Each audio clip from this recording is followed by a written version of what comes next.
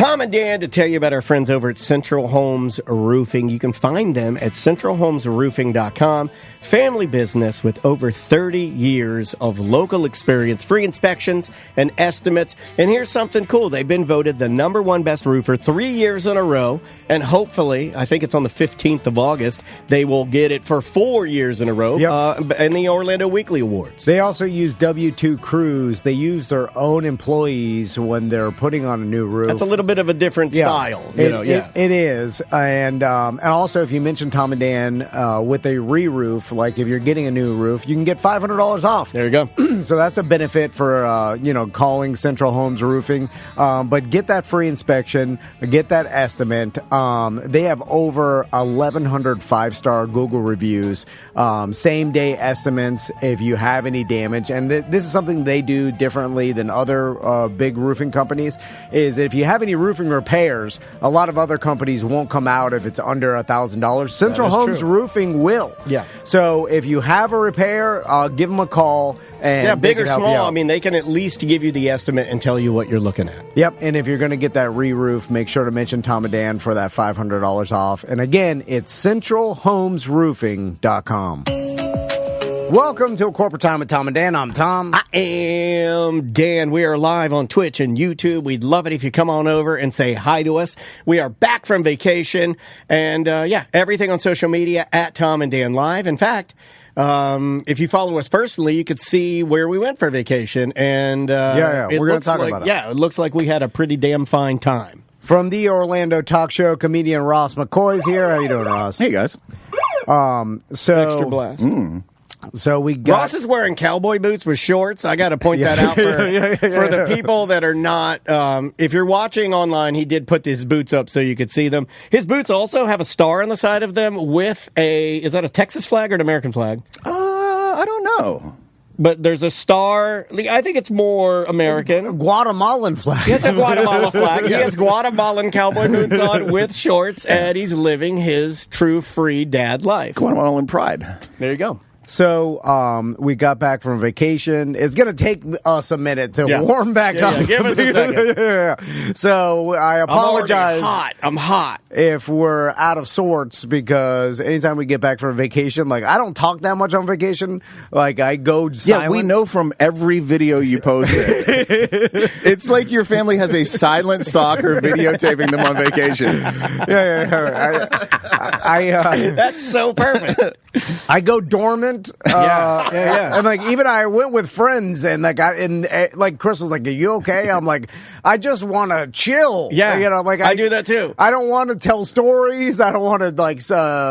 Talk too much. I like sitting. Sitting and watching. Yeah, sit and drinking. I sat down by a river for Andrea could probably tell you honestly. Like I think I sat by a river with a beer.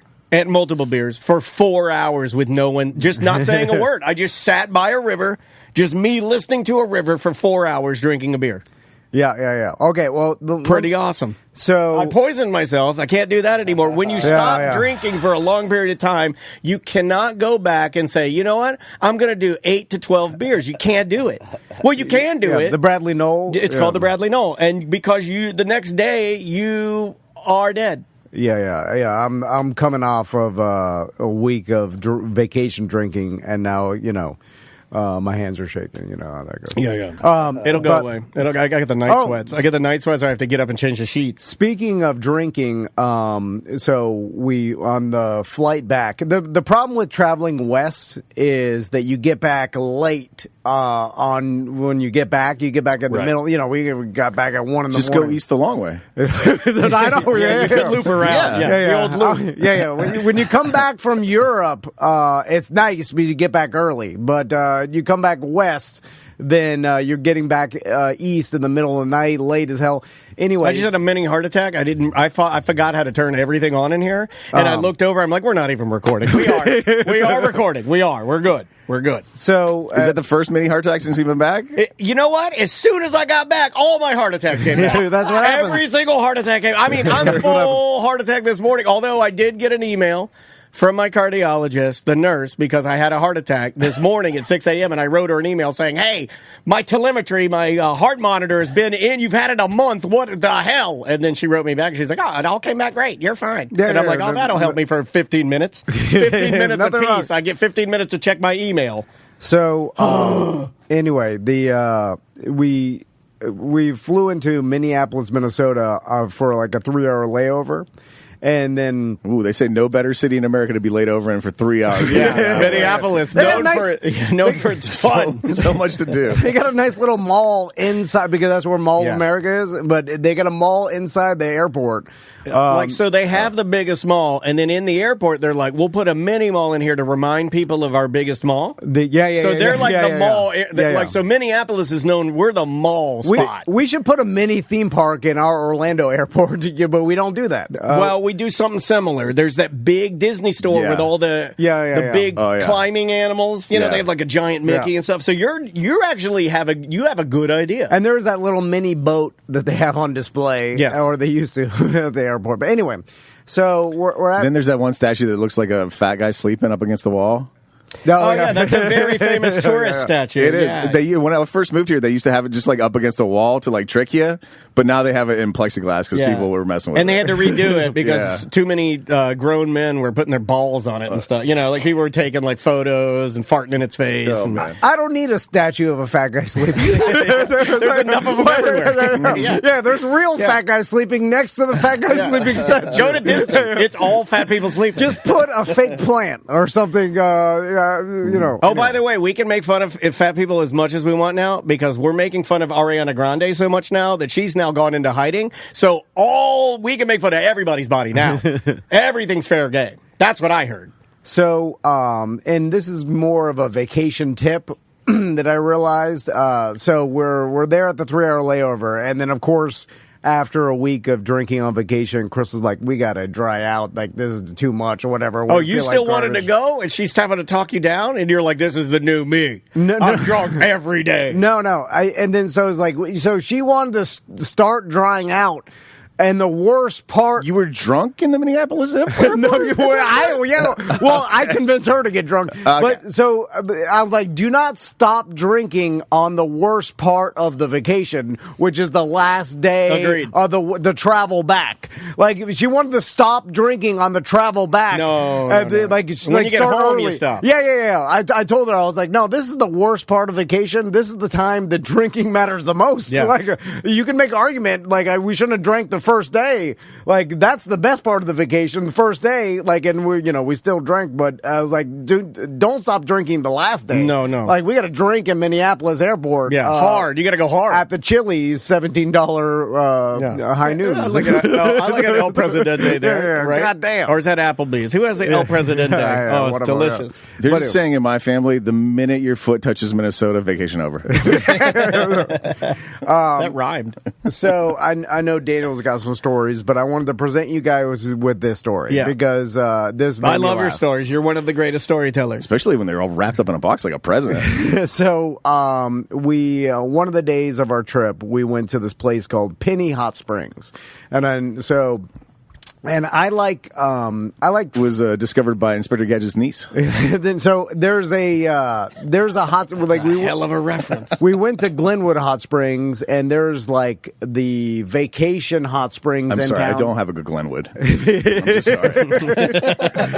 And but it's it's $45 a person or $50 a person. God, damn. And because it's actually Hey, I got hot water in my house. Yeah, Next time you have $50 to throw away. In the idea to be refreshing, God, F that. I got Rat House Hot Springs. We're real close to home. And and so it's a cool place. There's a gigantic pool, and they turned the hot springs, the natural hot springs, into basically a mini water park. And they there it is. No, I'm still I'm struggling. Oh my God, that smells like pastrami. Did you have a pastrami sandwich this morning? And so, but outside of town, on the way to Marble, another small Colorado town, there's this like pull off the side of the road called Penny Hot Springs. There's like, is that where the hotel is at? No. This is just a side of the road. Basically, like hot water comes out of the side of the mountain and then flows into a river. into the Roaring Fork River. And then locals have made, like, you've seen this online, I'm sure, like basically little pools collecting the hot water. Yeah. And then it's like little natural hot tubs. And So you hate water parks, but you'll go sit in hot water that people pee. Yeah. And it's mud, but it's natural. It's like it doesn't cost any pretty money. cool. It's not even an attraction per se, because there's no really sign for it. It's just like dirt parking lot, and then you have to walk down the side of a mountain. That's cool. And then it's there. Okay. And so it's like the locals have known about it forever, but now because of the internet, it's becoming more of a tourist stop. Yeah, you know, influencers. Yeah. God bless them. People are watching mini documentaries about it. And they want to go check it out. Yes, yeah, So yeah. you want to go to a hot spring. Yeah, and so again, this is not like a tourist destination. This is just like a parking on the side of the road. I like this. This sounds great. That the locals have known about it, but now because of the internet, everybody knows about it. So, like, you know, in summertime, Hey, smack the side of his head. He's repeating. yeah. Sorry. Well, the chat room's funny. They said he's actually off-gassing, which is why he was burping and everything. Yeah. He's coming back to life, actually. He's rehydrating. So we've been there before, and we took a new group of friends this time, and then we wanted to show them, like, you know, we're kind of tour guiding them around I like that. Colorado because we've been out there so long, and we go to the same place because Crystal's dad owns a house out there, a free place to stay, so we know a lot about Glenwood Springs. Anyway. So we're there at Penny Hot Springs. Everybody's having a good time. There's a good amount of people there. It's a smaller parking lot, probably only enough space for 20 cars off the side of the road. But then that's it. you just walk in there and soak. And then the kids jump in the river, and then it's freezing cold, 55-degree river, Woo! and then they go back into the hot springs, and then like it's just a bunch of rocks that people, and then it's like mud cool. water. You sit in it, but it's hot, and then it's coming out scalding hot, and then it kind of dilutes in the cold water. Anyway. So we're sitting there, and we're having a good time, and you bring a cooler down, there's some drinks, and then all of a sudden I'm taking a picture with Tommy, and I'm facing the parking lot. Now, the parking lot is on the top of a hill that's probably 30 foot high. You know what I'm saying? And then you have to kind of cross back and forth, down, walk, to the hot springs. So at the hill's where the parking area is. And so we're kind of facing that. Crystal's taking a picture of me and Tommy. It's on my Instagram. And then Tommy's whispering something in my ear. Oh, I saw that photo. Okay, yeah. And then so I'm going down there, I'm listening to, and Tommy's like, that old man's naked. Huh? And then, so I thought he was talking about someone in the hot spring. So I looked over to the left of me, and there's there's like a group of people sitting in the hot springs, but it's mud water. So, like, you can't see their bottom half. That's why people take their shorts off. Yeah, It's like, hey, I'll cover my dong with this mud. So I thought the old man, there's an old man in the hot spring that, like, took his shorts off. He's Boiling his hot dog. Yeah. I'm just giddy enough from vacation to love that. So I'm looking over, and then I'm like, that guy's not naked. I think Tommy thinks he's naked because it looks like he is. You want him to be naked. And I'm like, no, he's not. And he's like, Dad, the parking lot. And then I look up, and sure enough, there's an old man sitting there, fully nude, fedora on, and well, that's you gotta have it. Also shaved, bicked, clean. Oh my God, yeah, that should make you feel bad. Daniel's right. Yeah, you're just like sexual deviant. It's what sexual deviants do.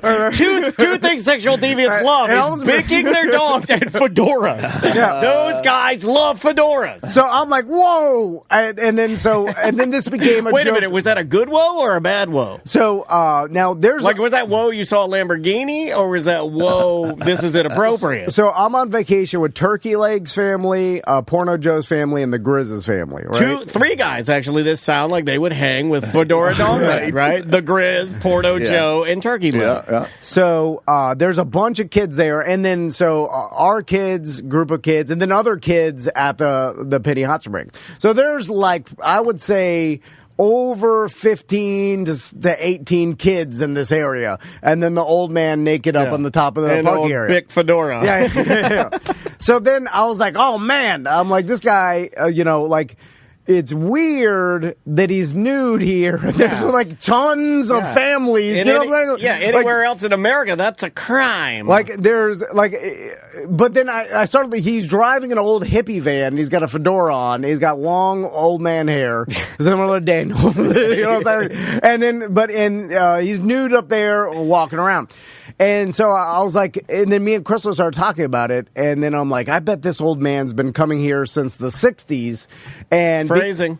And then and we looked it up, and in Penny Hot Springs there is a little warning, and like I guess the internet says, like, you know, there are people that bathe nude there, and it's been going on for years. Bathe nude.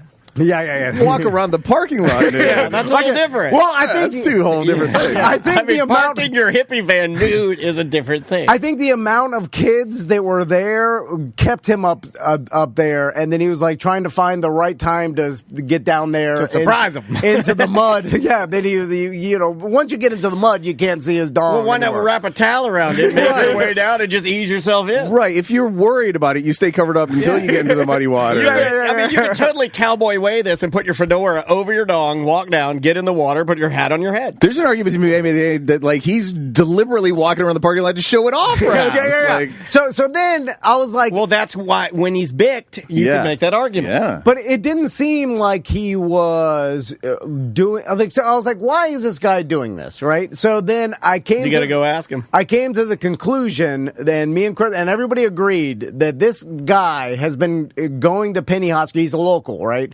He lives somewhere around there in a small Colorado town.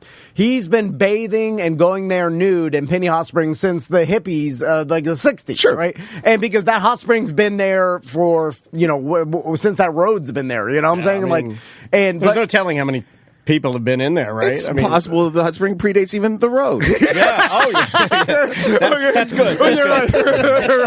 Yeah. Okay, Ross. Oh, you're a scientist now. You're Mr. right. Rocks over here, just because he's wearing cowboy boots. Yeah, since that mountain for a million years, that hot spring's been there. And then you could make an argument there's been more naked people in it than people with bathing Probably. suits. Yeah. So I started thinking, I'm like, this guy has been going there for 30 years, and it used to be dead, and no one knew about it, right? But because of the internet and because of the damn mini documentaries, now there's. So you're placing the hippie times in the mid 90s. No, since the internet has ruined all secrets, and now has told everybody hey, stop at Penny Hot Springs, and now it's filled with families and kids, right? Which it wasn't, when he was, in his 30s or 20s. He's holding his stand in his ground, and then so now, as a form of almost protest, he's like, well, I'm not stopping showing up here naked. I've been doing this for 30 years. These are the newcomers. Yeah, I got here first. Yeah, I got here. I've been here and doing this for 30 years, and now all these tourists are here, but this is the side of the road. I don't know the laws in Colorado. Actually, I looked them up, and you're not really supposed to be naked. Yeah, I was going to say, this is totally illegal. This should not be happening. But in terms... We're pretty much coast to coast, put pants on. But in terms of, free, wild America, I kind of agree with the old man. He's been, we're the newcomers. We're the tourists that started, using the internet to stop there. You guys should get naked, too. So then I didn't even care. And me and Crystal agreed. When I was a young kid, my parents used to take me to, the Columbus Day Regatta and all these boat things in Miami, and people were nude all the time. I saw lots of naked old men and women when I was a kid. And in Europe, there's tons of kids that see naked people bathing in the beach and whatever. Yeah, very common. And technically, who cares? The guy's not, some pedophile. He waits till he gets in his van to do that, 'cause he's taking photos with his phone of all the kids. He's just a nudist that has been sunbathing there in Penny Hot Springs for lots of years, and he means no harm. He just doesn't want to change his ways based on the internet ruining his place that he's been going his for. fedora said it. It said, I mean no harm. So then I started talking myself into it, and I'm like, am I talking myself into the right of a naked old man to show his dong to kids? Well, he wasn't showing his dong to kids. Well, kids happened to see his dong. It's different. You're right. He wasn't thrusting. You're right, Look, I'm not trying to defend him either, and you know I hate these type of people with every fiber of my being. No. But I don't like freedom being taken away either. So I am having to play a little bit in my mind of which side I want to go on this, and I agree. Yeah. There's a huge part of me that agrees with what you're saying. What do you think, Ross? Because I could see a confrontation where Ross marches over there in his cowboy boots and shorts and has a conversation with Mr. Fedora Bick. Because it does seem like we have encroached on, and all the other, like, I'm looking around and it's like there's very little Colorado locals here. Like, you could tell Nobody the difference. Said anything? There's normally a Karen that's going to like march up there and give him a piece of her mind. No, right? Because it does say it on the Penny Hot Springs, like forums and stuff. Like, don't be surprised if you see some nude, Well, people. but that old man posted that. He's in there. It's like Fedora Bick 69. He's like, don't be surprised if you see some guy get out of a van. Because they've been nude there for so many years that it's like a common, thing with the locals there. But now we've encroached onto it, and again, I'm fine with I'm like, whatever. He didn't hurt anybody. We're here. Like, if the kids see that nude old man, was he the only one? Oh, yeah, he was the only one. And I showed you the picture. He's just standing up there in the parking lot. And because very tan. Turkey Leg took a selfie, and he's in the background. Tan as hell because he's nude all very tan. Tan except for his buttocks. Yeah. He obviously wears some sort of like male bikini in the sun but at certain points at the time. But not there. Ironically, he does it at home to get a tan line going. And I think it is a form of protest that he's like, because all those other land you in jail with some pretty serious charges. Protesting is just a simple charge. His other but again, he shouldn't be in jail, and he shouldn't be charged with a crime, and no one else seemed to care, and we kind of laughed it off, and like all the Turkey Leg. And it made it a better experience. We laughed about it. It's a funnier story, but it is an odd thing to be like, you know what? Like, I've been showing up here. I'm not going to stop because the tourists have taken it over. I'm going to go there, dude, and then force kids to look at my dog. It's an age thing, right? It's age. Yeah, well, also the nudist mentality, I think. How old do you think he was? Because most nudists I know are very they're not wanting to. He was in his 60s. They're doing 50s, it for late them. 50s. Oh, late 50s. Yeah, like he wasn't that old, but But again, it's like. We're in his territory. I look at it like that because I'm an out-of-towner, so like whatever. You've been coming here for years, go ahead. Okay, yeah, but he's been coming there for years naked, and probably 30, 40 years ago when he started, there was nobody else there. And he could take his pants off in the parking lot and meander down the cutbacks to the grotto and get in there, and it was all well and good. But in the meantime, times have changed, and you can't do that anymore. We've given women the right to vote now, sir, and you have to put some pants on if there's people around. Yeah. So I'm really weighing this out. I don't know how I don't know if my wife would like that very much. Because I do agree. Like, he knows better. He's like, hey, it's aggressive at a certain point. Like, he knows, like, hey, there's a bunch of families here that they're obviously not locals, and they don't know this whole thing that I've been coming here. Who cares if they're local? Their family's full of kids. There are underage children looking at my dog right now. Maybe I should do something about that. Yeah. Maybe he didn't notice the kids? No, he did. What if he went to the preschool he went to in 1963 and he's like, I used to walk around here naked. He starts walking around a preschool naked. Are we going to allow that? Now, how bad is it for kids to see an old man's dong? Because I thought about that too. Because all of my Maisie's kids only seen mine, so your kids are one step higher on the rung of toughness. And then I remember seeing that when I was a kid, and then I was like, it didn't, it was like nudity, and nudity should almost be. It shouldn't be shameful. Shouldn't be that shame, and like but then it is, especially in America. Like if you were like, how do you want your kids to see an old man's dong? But most moms would say no. Yeah, I was trying to think what my wife would say here. I would probably be like, oh, don't go over there, right? I'd probably be like, shh, it's fine. It's fine. Yeah. But if you they'd be totally appalled, right? Most people. If it happened here.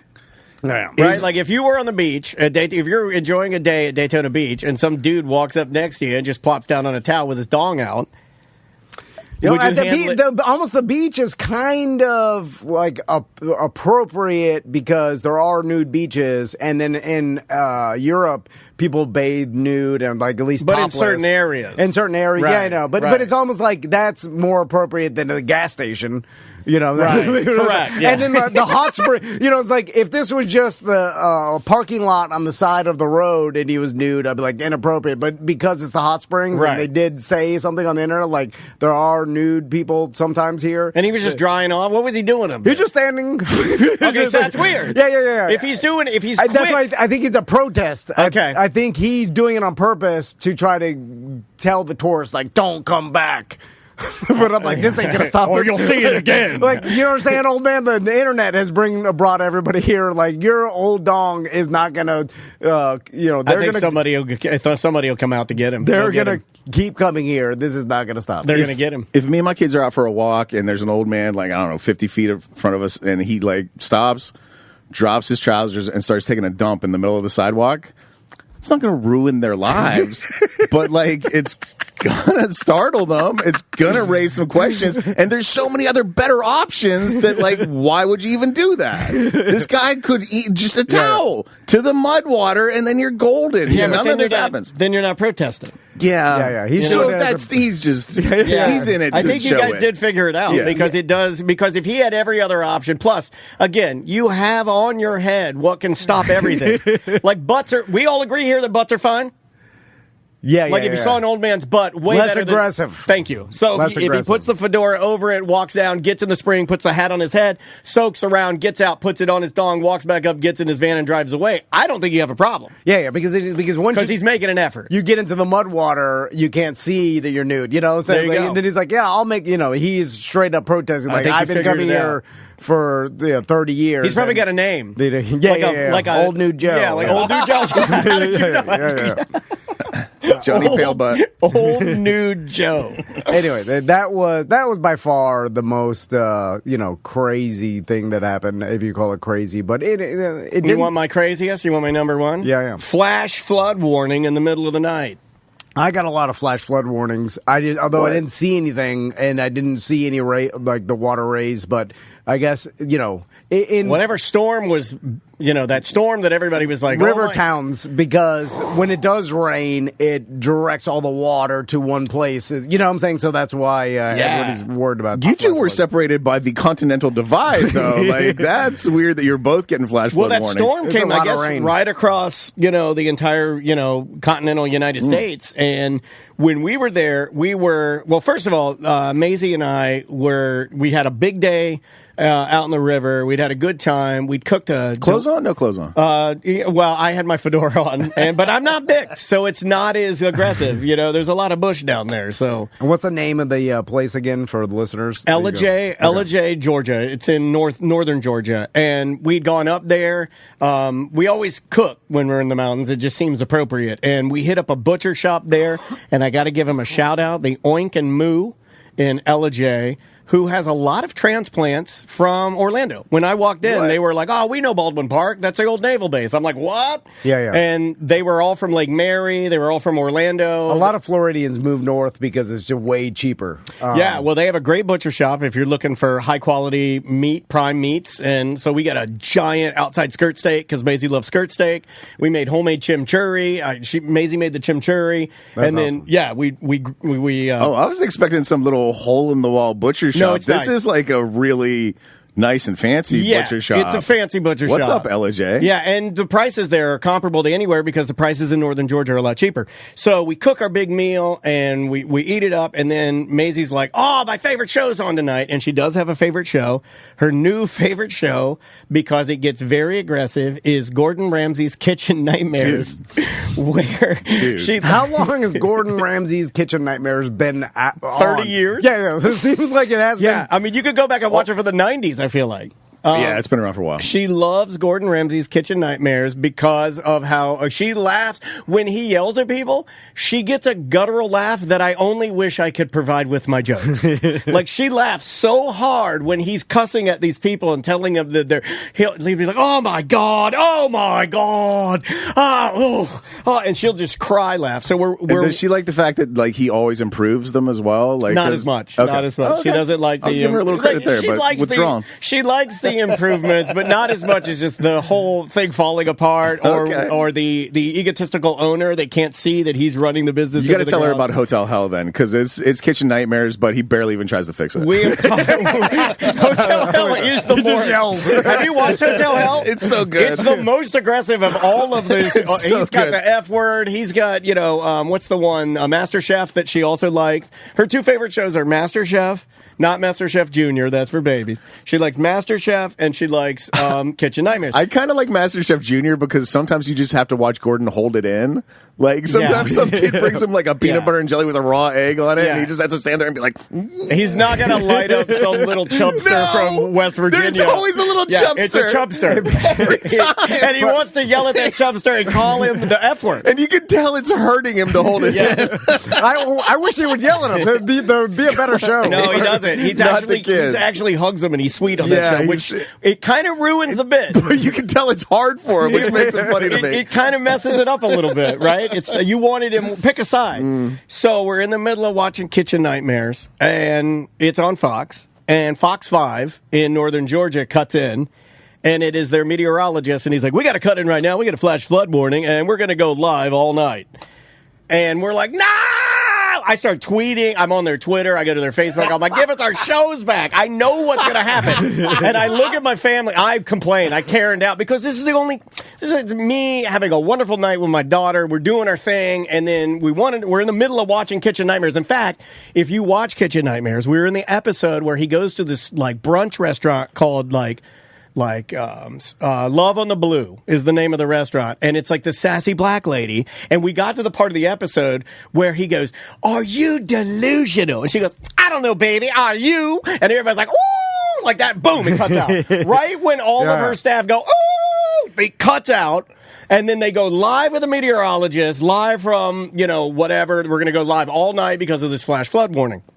So I look at my family. I go, they don't need to do this. If they needed to alert us, and then I did a Tom, I held up my phone. I go, they'll do this.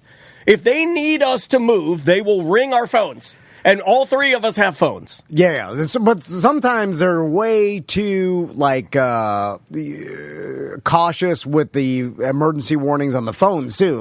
Because I was teaching my son Tommy about this because they now have phones, and he's like, "Oh, I'm getting it started raining where we're at," and then I'm like, "I'm getting a flash flood warning on my phone. Right. Do we get out of here?" Like he's like, "Hey, we need to get out of here." Yeah, and I'm like, "No, I'm teaching Watch the old man. I'm teaching him to disregard. Yeah, look at that old man's dong. Oh, he knows.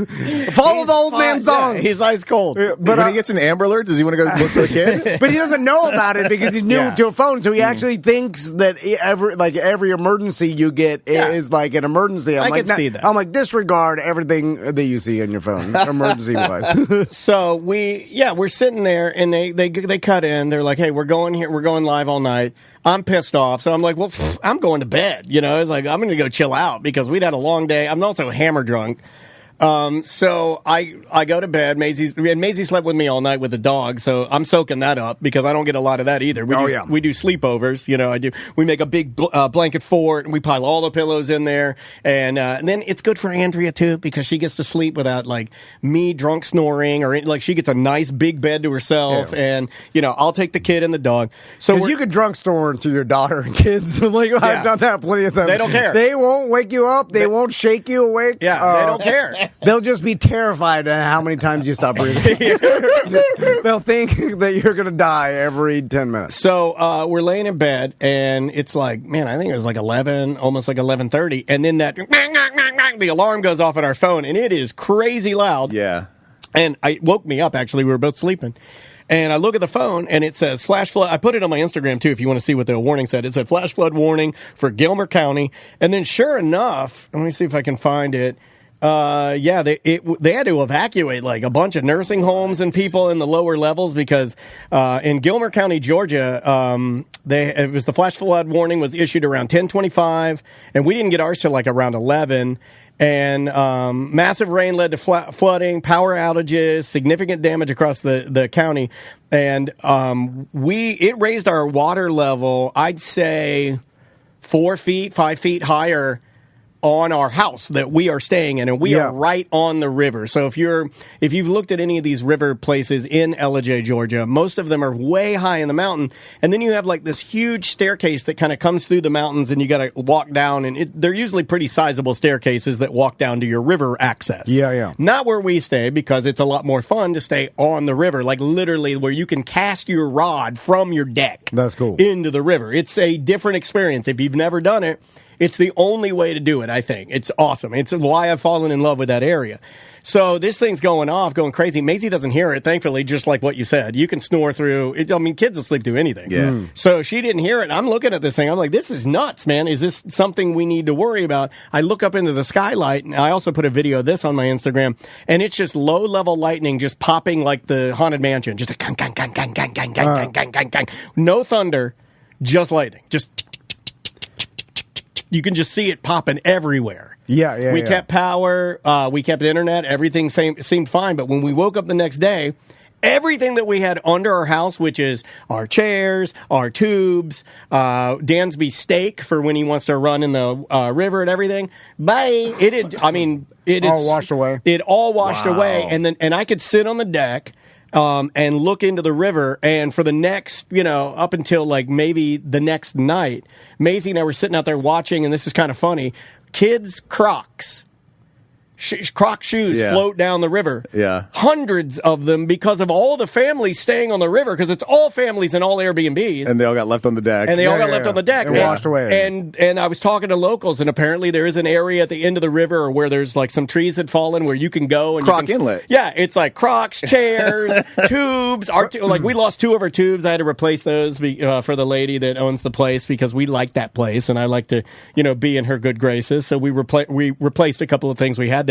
But it wasn't scary really at all, but it was something where I was like, man, if that had gone up maybe another 2 or 3 feet, we would have had a problem, It's funny because I've thought about this, and this is how you see these situations where people die in different places, tourists die, and around the world, because they have my mentality of they treat like they're in a foreign land, right? You're in a different place that has different weather than you're normally used to, right? Yeah. But you treat it like you do if you're at home when like weather advisory, thunderstorm, a severe thunderstorm and stuff, like here in Florida, like because you're in a different place, and the weather, like the water forms differently, or like it drains differently into the river, which swells, which can cause flash floods. Like we've seen tragedies happens with when the river gets overwhelmed and stuff, but you have no idea, you're completely ignorant to it,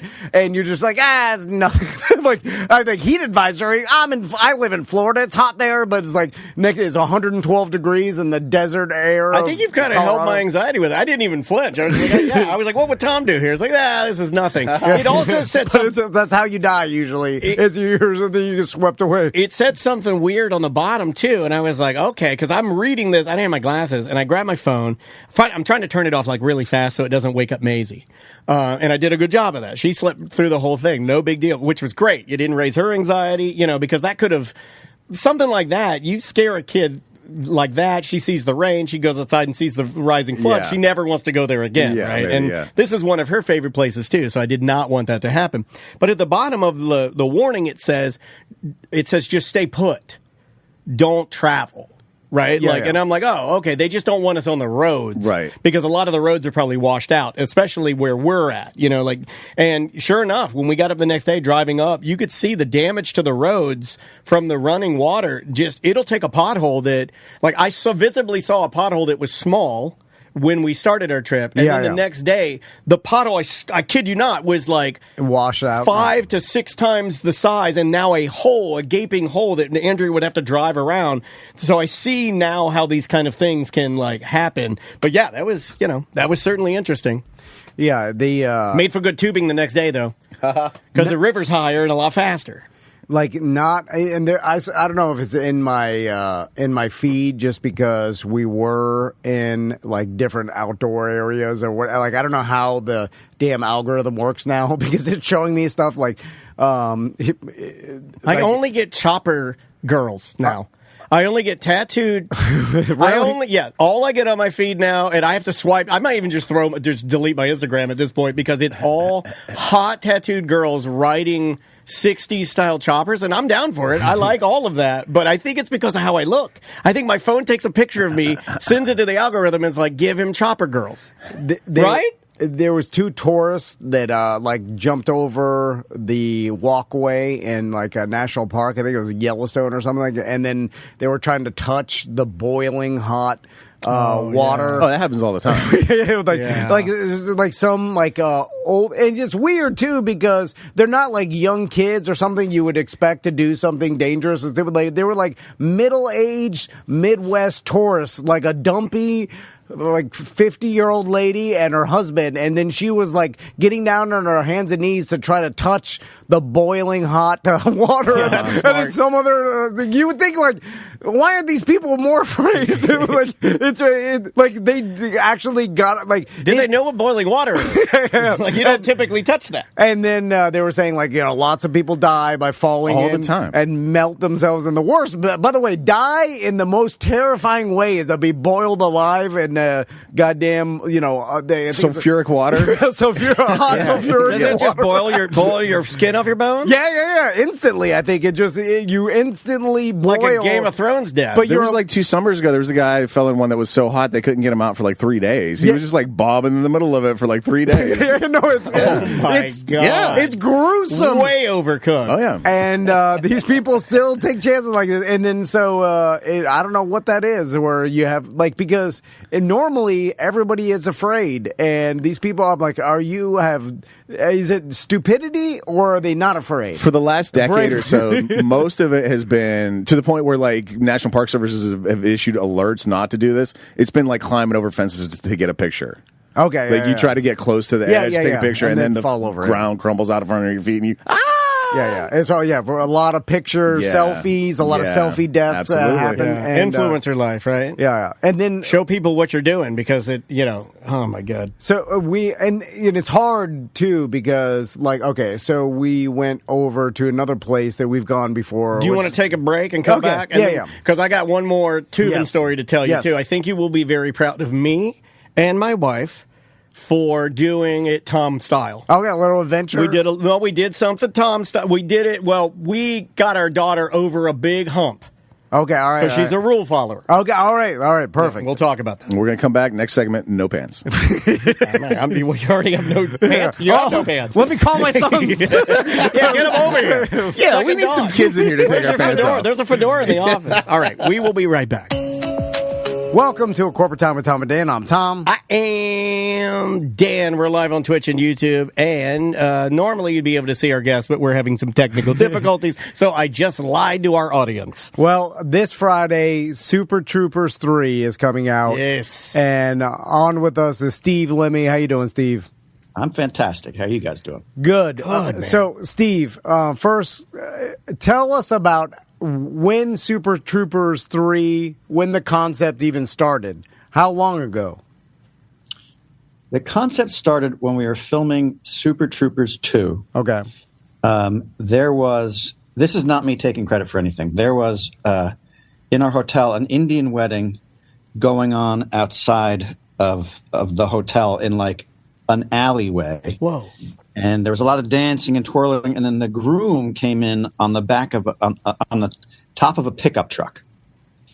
So I was chatting with the Lizard Boys later. We've got an Indian in our group, Jay Chandrasekhar. Yep. And I was talking about that, and he said he started to clue us in on what a real Indian wedding looks like. That's usually an elephant, and the groom comes in, And then he started talking about, the dance sequences, and they do sketches, and the wedding can last 8 hours. It can be a few days. And that, I think, was the genesis of then, us coming up with the idea of what if Farva was marrying. What if somebody married Thorny's sister and we had a big Indian wedding? Yeah. And it was like, well, obviously that's got to be the Farva character because that's the person you don't want to marry her. Yeah. Because that also allows then the other three guys to be laughing about that. Because if, for instance, TC, if Farva was marrying your sister, the rest of us would be absolutely delighted. Yeah. That's Super Troopers 4. Yeah. You know how happy it would make my friends and everybody. Oh, me? I was literally the happiest man alive. Yeah, it would be great entertainment. I actually may prefer it just for the entertainment value of it. Yeah, you like fun. You like it. You have a good time. It's a great premise. Yeah, so that's it. So Thorny is trying to break up the wedding. Really wants us to help him, but we're just laughing at the whole thing. Yeah. And that's the spine of the movie right there. There is still a crime plot. We've heard about some drugs coming down from Canada. There's some maple syrup trucks that are being vandalized. So we're still trying to manage our day to day while, Farva's trying to plan his wedding. And bachelor party too. So it's it's a fun. It's different than the first two, which is cool. So speaking of the bachelor party scene, me and Daniel have been watching clips all morning. Oh yeah, and the trailer's great. If you haven't seen the trailer yet, watch it before you go to the movie. It's going to make you want to go to the movie, guaranteed. Like it sucked me right in. And you do something in the trailer which Tom and I are a huge fan of, which is there are titties. Yes. Oh. Yes, in the Red Band, the rated R trailer, we have some boobs. Yep. And so I wanted to ask you about this, Steve, because my son, he's 12 years old. He's going into the 7th grade next week. Yes. So it's beginning. Yeah, and you have boys, and I've been looking for a movie to have that father-son horny bonding moment for years. Yeah. Where we watch an inappropriate movie together, and then he sees some topless ladies, and then we get that bond. Yes. And I was thinking, is Super Troopers 3 the movie? Because I've never seen boobs in movies with my son before. Correct. But I feel like he's at that age. When we were 12 years old, we saw tons of boobs in movies. Because no one even knew it was coming up. It was like a surprise. It was Under Siege. I was like, whoa! Oh, yeah. But Police Academy, movie. My dad loved Police Academy movies, so he put those on. I knew there was going to be some boobs. So should I take my son, my 12-year-old, to see Super Troopers 3? Yeah. So my 14-year-old and 12-year-old sons, we knew we were going to take them to the premiere. Okay. And first we let them watch the first two movies just to, get into it. Yep. And there are, surprisingly, it's amazing how immature we in Broken Lizard are because they connected with the material. It was probably their favorite thing ever. They're like, oh, my God. Well, the funny thing was that, my older son, he and his friends for 6 months have gotten into and maybe it's because the trailers have started running, and so somehow it's made Super Troopers come into the vernacular, but they've been saying the word meow instead of now. And my wife Tiffany, who you're friends with, she told them, Daddy and his friends invented that joke in their movie Super Troopers, and they were like, yeah, right, whatever. Really? Yeah, and then we showed them Super Troopers 1, and they were blown away. They were like, oh, my God, it's true. Dad's in that scene. There's a bunch of scenes in that movie that they really loved. And then we had them watch Super Troopers 2. And, there's some stuff. Oh, my hotel phone is ringing. Hold on a second. Yeah, this is good. Let's do this live answer. Yeah. Let's hear who wants to talk to me here. They hung up. Jesus. Oh my God! The same technology we have. Who's calling a hotel phone now? I didn't even know. How does that I didn't even think work? they had phones in hotels anymore. AI. Okay, wait. So anyway, there's a scene in that where I do a thing where I talk about the key to life is a penis in your. Yeah. And ultimately the punchline is it's happiness in your household. They loved that. They love Rob Lowe like speed bagging the penis in that thing and tugging on the and there's nudity in that scene, female and male. And so now Super Troopers 3 brought him to the premiere, and my 12-year-old's review of it was, that was amazing. Okay, all right. So I'm taking Tommy to see this for sure. Like my youngest is 11, so he's just he's more sensitive. But Tommy, he wants. Oh, he's in. He's all in. And so, how did Tiffany think about your boys seeing the nudity? Loved it. The amazing thing is, I recommend everybody marry a Florida girl. Yes. Because, what happened was when I left to go film Super Troopers 3, which was last summer, I was gone for whatever it was, 8 weeks. Her mom came to fill in for me. And so like that was great. So the boys had mom and grandma. And when I came back, those boys had changed. And it wasn't like I became aware that I'm the wholesome parent. I'm the one who's trying to socialize them and raise them to be well-behaved boys. All of that went out the window when I left them alone with the two ladies. Like they were swearing at the dinner table. They're like not wearing shirts at the dinner table. Like I was like, hey, you guys, this isn't dinner conversation. And my older son made some dirty joke right back at me. Grandma started laughing. I was like, what are you're undercutting my authority here. But it was over. It was like, the horses were out of the barn. And there's been no coming back. So now they're just grown boys, grown Florida boys. They can see nudity, no problem. They're good. They're good to go. So, Steve, I saw something that I've never, it was brilliant marketing. And when I saw you guys at SummerSlam, and then I saw you at the Limp Bizkit concert. Well, the Limp Bizkit one we saw first, and we were like, oh my God, they've done it. Like, that was so good, man. And when you guys dress up, like your characters, like the Super Troopers, and you just go to a Limp Bizkit concert, the amount of social media it was promotion. Everywhere. Yeah, I was like, dude, this is brilliant that they did this. And I just want to give you kudos to say that when I saw that, I was like, it's a brilliant marketing move.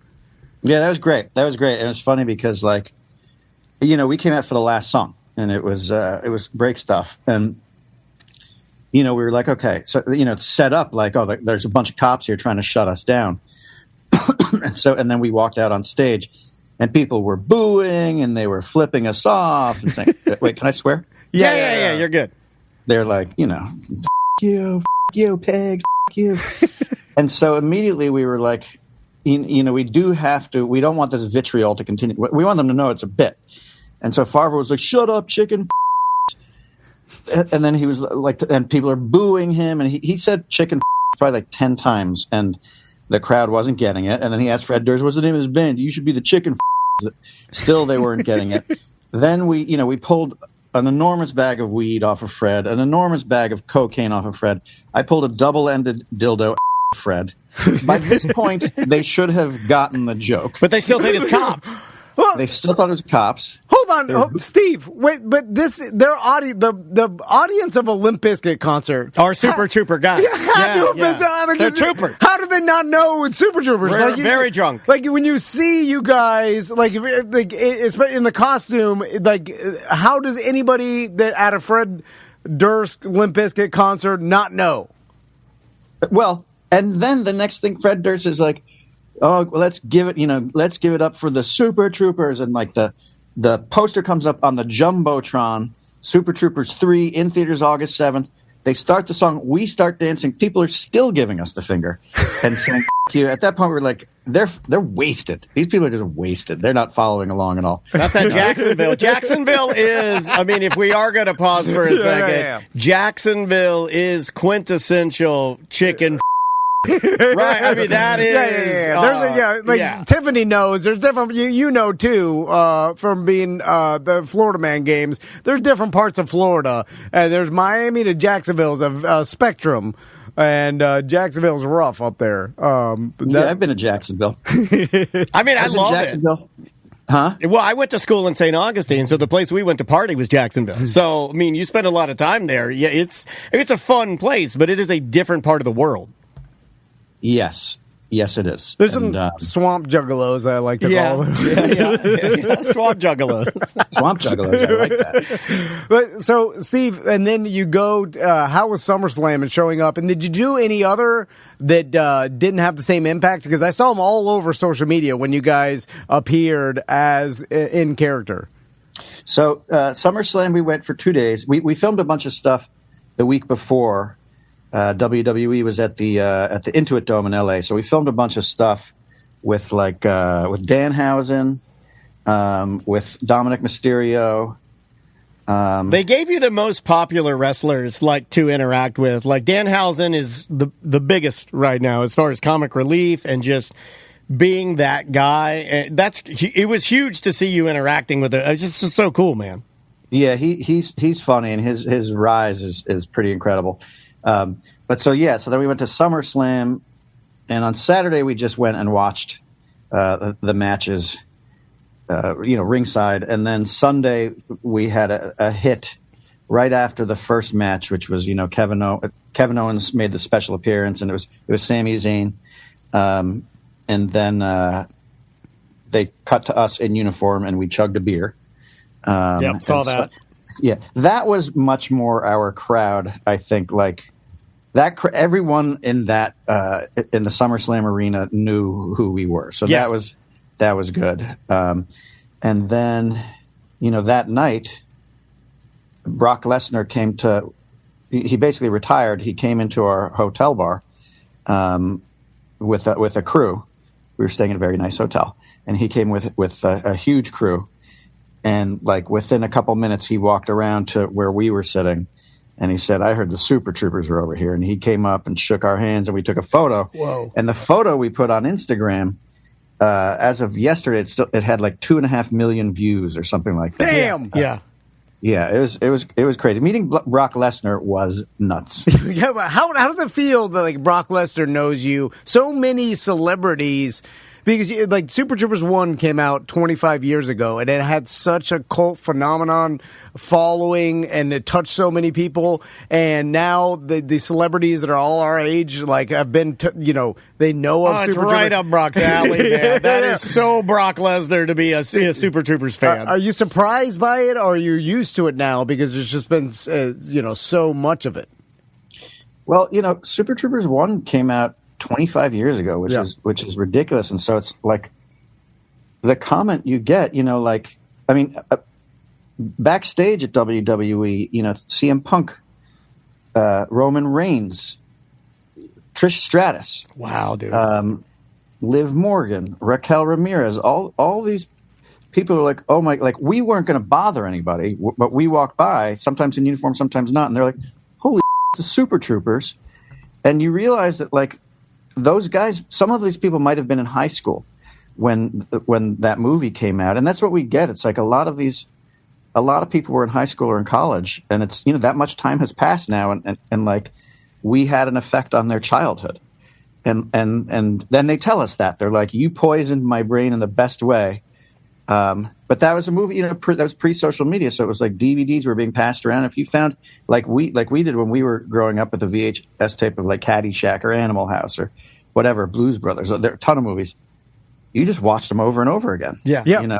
That's what I did when in college in 2001. So we got a Super Troopers DVD. We all watched it. We all quoted it at every party we were at, and every college around the nation was doing that. In high school, and in your son's age, some of these people, kids your son's age were watching Super Troopers and affected by it. And that leads me into my next question: how many people became cops because of Super Troopers and told you about that? And bad cops, too. Really ineffective law enforcement. No, it's not as fun. Every body cams you can't. They probably are mad. They're like, there was a sweet spot, though. It's 25 years old. There was a sweet spot where we had some real Super Troopers doing real Super Trooper stuff. Oh, yeah. No, it's been... I'm pretty sure I caught a cop one time. I got pulled over in the city of Los Angeles, so not on the highway. And I was looking in my side mirror, and you can't see what I'm about to do, but I'm 99% positive he was doing a little Saturday Night Fever shuffle as he walked up to the car and filming himself. And then when he got to the car, he was all serious. But I was like, I think you just filmed yourself around right before you came and got all put your game face on and gave me a ticket. But he gave you a ticket. Come on, man. Oh, man. That's not the trooper way. And I could have gotten out of it. Like I've gotten out of so many tickets. Yeah, and it's either they recognize you immediately, or you just have to figure out a clever way to slip it in. And I don't know what my problem was that day. Like I should have right off the bat said, I think I saw you dancing. And he would have been like, you didn't see me dancing. I'd be like, well, I mean, look, I'm a super trooper, and that's the kind of game we would play. And then it would have been over. Yes. And I should have done that. Although I have been saying this for years now, the body cam has ruined getting off of tickets and getting out. Like, they arrested Tony Romo, and he wasn't even that drunk the other day. I was like, oh, you got Romo. Fine. He was typical Jacksonville. He was Jacksonville plus. Yeah, that's Jacksonville sober. Yeah, oh, it's great.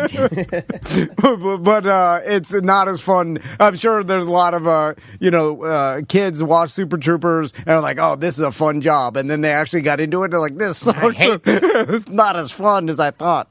Yeah, I've gotten that. A lot of cops have said that it inspired them. Yeah, because it looked like a lot of fun. I've also spoken to a lot of cops who are like, when you're a rookie, that is required viewing. Like on your first day, they make you watch Super Troopers. Which is another interesting thing. And I've also met cops who, in fact, there's something in Super Troopers 3 which was inspired by a true story that some cops told me. I don't want to give anything away here, but some cops came over to my house to socialize on duty, not drink or anything like that. But it was I don't know how I met these highway patrolmen. I think one of them had a kid that went to my school, my kid's school, and so like he brought a bunch of his cronies over one day while they were on duty, and they were telling me about a game that they like to play. And that has made it, a version of that has made it into Super Troopers 3. Oh, okay. All right. Based on a real cop game. I love it. Yeah. Well, like it is funny. It's like, art can imitate life. Like, when we made our show Tacoma FD, a lot of those episodes were inspired by real stories by firefighters. And, when we were making Super Troopers 1, there's, the first week of shooting, we were shooting on a highway that they had to close off. And then there's, one scene that was actually on an off-ramp, but it was an abandoned off-ramp. And so we had highway patrolmen dealing with the highway. We had local police dealing with the local roads that were coming to onto that highway, just shutting them down. Yep. But then on this abandoned one, there was a dispute between those cops over whose jurisdiction that was, and they got into a fight in front of us. This isn't our first week of filming. This might be the first day of filming. And like one of them called the other one New Jack. That line made it into the movie. And we were like, oh, look at these cops. This is what the movie's about. And these guys are about to throw down about this little stretch of highway. Either of them could just be like, it. Who cares? That's hilarious. Steve, I'm curious too, because you guys are essentially brilliant at improv. Like that's how Broken Lizard started, and you guys are really funny together. And after 25 years of filming the first movie, and I know Super Troopers 2 and 3, what has changed? Is it still similar to on set where you guys start messing around, start doing improv? Because that sometimes you find funny moments that actually end up in the movie with that. Like, is it the same kind of vibe after the first one, or after 25 years you got more professional, you got more structure? More professional. That would mean we started as being professional of some kind, which is not the case. I think that the success of Super Troopers has to do with the fact that, everyone's like, well, how do you know something's going to be funny when you put it on screen? And the fact of the matter, if there's something on the page in the script, it means that the five of us were all laughing about it as friends. And so, it's like the meow scene, for instance, in Super Troopers 1 was something we came up with in a hotel room. Sitting on, when in those days when we used to jam into one hotel room. Yep. Two guys in one bed, two guys in another bed, one guy on the floor or on a cot. and you'd have a case of beer, and you're just, you're sitting on the beds facing each other, smoking weed, maybe doing whatever you want to do, and laughing. And we came up, so we weren't writing then. And so so we'll sit down to write. We'll spend several hours writing. We'll be throwing out our funny ideas. We'll riff on stuff, but then we'll go out after, we're all together, sometimes, and now we're in different cities. We'll go out together and we'll just start laughing about dumb the way friends do. Yep. And then, it's like with the meow scene, we were riffing on something so stupid. And then we were like, God, that would be a funny game for the cops to play. So we weren't even working, but it's like, this is how so many of I think the better ideas come. We're like, God, that would be funny. What if we put that into the scene we're talking about? Or what if we, put Farva in the situation or whatever it is? And so Super Troopers 1, I think one of the big comments we got was, your group of cops reminds me of our group of friends. And then a lot of people are like, or they work together, it's, my work buddies. And we have a guy like that, Farva, at work who we fucking hate and we can never get rid of. Yep. So to me, the thing that hasn't changed is that we're still friends and we do hang out. And so Super Troopers 2 and Super Troopers 3, like I said, it's one of the funny things is the three guys who were watching this wedding. At first we were like, oh yeah, they would support Thorny and be like, okay, we'll help you break up the wedding. But then we were like, no fucking way. Realistically, we'd be so excited about that and giving him shit and encouraging Farva, because that's realistic. And so I think that so to answer your question, a lot of it is just from us riffing, but I think that is the success because it comes across on screen and people are like, that's the dumb shit my friends and I talk about. No, 100%. And I think that's what touched everybody in my generation when they first saw Super Troopers and the characters and, and the fact that you guys are friends and hang out and make each other laugh. You can see it. Yeah, you can see it on screen. Right, it's legitimate, And chemistry, I don't think there's any substitute for that when you're talking about comedy and stuff, right? Yeah, It's when you see the chemistry, you enjoy it.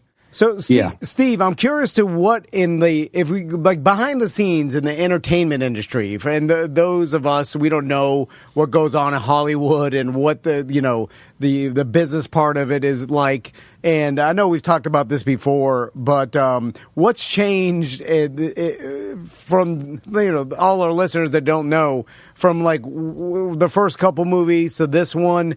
Is filming easier because of technology? Is is it just about the same as it was in the other two? I'm just curious, over 25 years, what's the biggest changes that you've recognized? Well, yeah, filming, we made Super Troopers 1, our budget was $1 million, 1.25. And we were shooting on 35 millimeter film, which is very expensive. And, so in terms of improv, there's only a couple of improvs in that movie because we had 1 or 2 takes for every single shot. And if you improvise something and it didn't work, you can always cut it out. But if you messed up the flow of the scene, you just cost the production $10,000 or $20,000, which is a big chunk of $1 million. Yeah. So, we didn't really do that. We stuck to the script. Now you're shooting on video, and there are times we don't even call cut. Or you'll call okay, hold on, let's reset the scene. Let's go back to the beginning. And then you'll get through the scene. You're like, hold on, keep rolling. You don't cut. And then we work it out. Because the problem is when you call cut, everyone walks away. Right. Okay. The actors will step out, the crew will step away, and it's you can actually lose time. That's the one thing that hasn't changed. You're always battling the sun, right? So, but yeah, now we do way more takes. It's not expensive. We keep the cameras rolling. And so now, it's our director, Jay, is always frustrated because it's he'll be lucky if we stick to the script. A few of us are just blabbermouths, and we'll just start talking about nonsense. But you can there are so many improv lines that are in this movie, which is cool. But that is the biggest change. It's become easier to shoot a movie. Is it harder to put it together, though, when you have so much good stuff? You're going to have, it's when you're taking photos with your iPhone, right? And you snap 1,000 of them, and then you go to post a photo, and you're like, I almost don't know which one to choose because I don't know which one's overwhelmed. Better. Yeah. So does Jay get overwhelmed in trying to choose we got to leave this, or does it because effectively you can't make it a 4-hour Super Troopers movie? I guess you could, or you could do a huge cut for a DVD release or Blu-ray or whatever. Blu-ray. Well, streaming. Right. Well, I'm 50 years old, man. You got to cut me some slack here, dude. You got to cut me some slack. Yeah. Is it harder to choose? Well, yeah, but that's what we call an embarrassment of riches, and your movie's better for it. And we have an editor who's putting the film together while we shoot. And so, like you send them the dailies and they cut that scene the next day. Wow. And so, and then, it's always wrong. You're like, editors, they chose the wrong take but you go in. I mean, I think the hardest part is that as a director, you have to watch all the footage.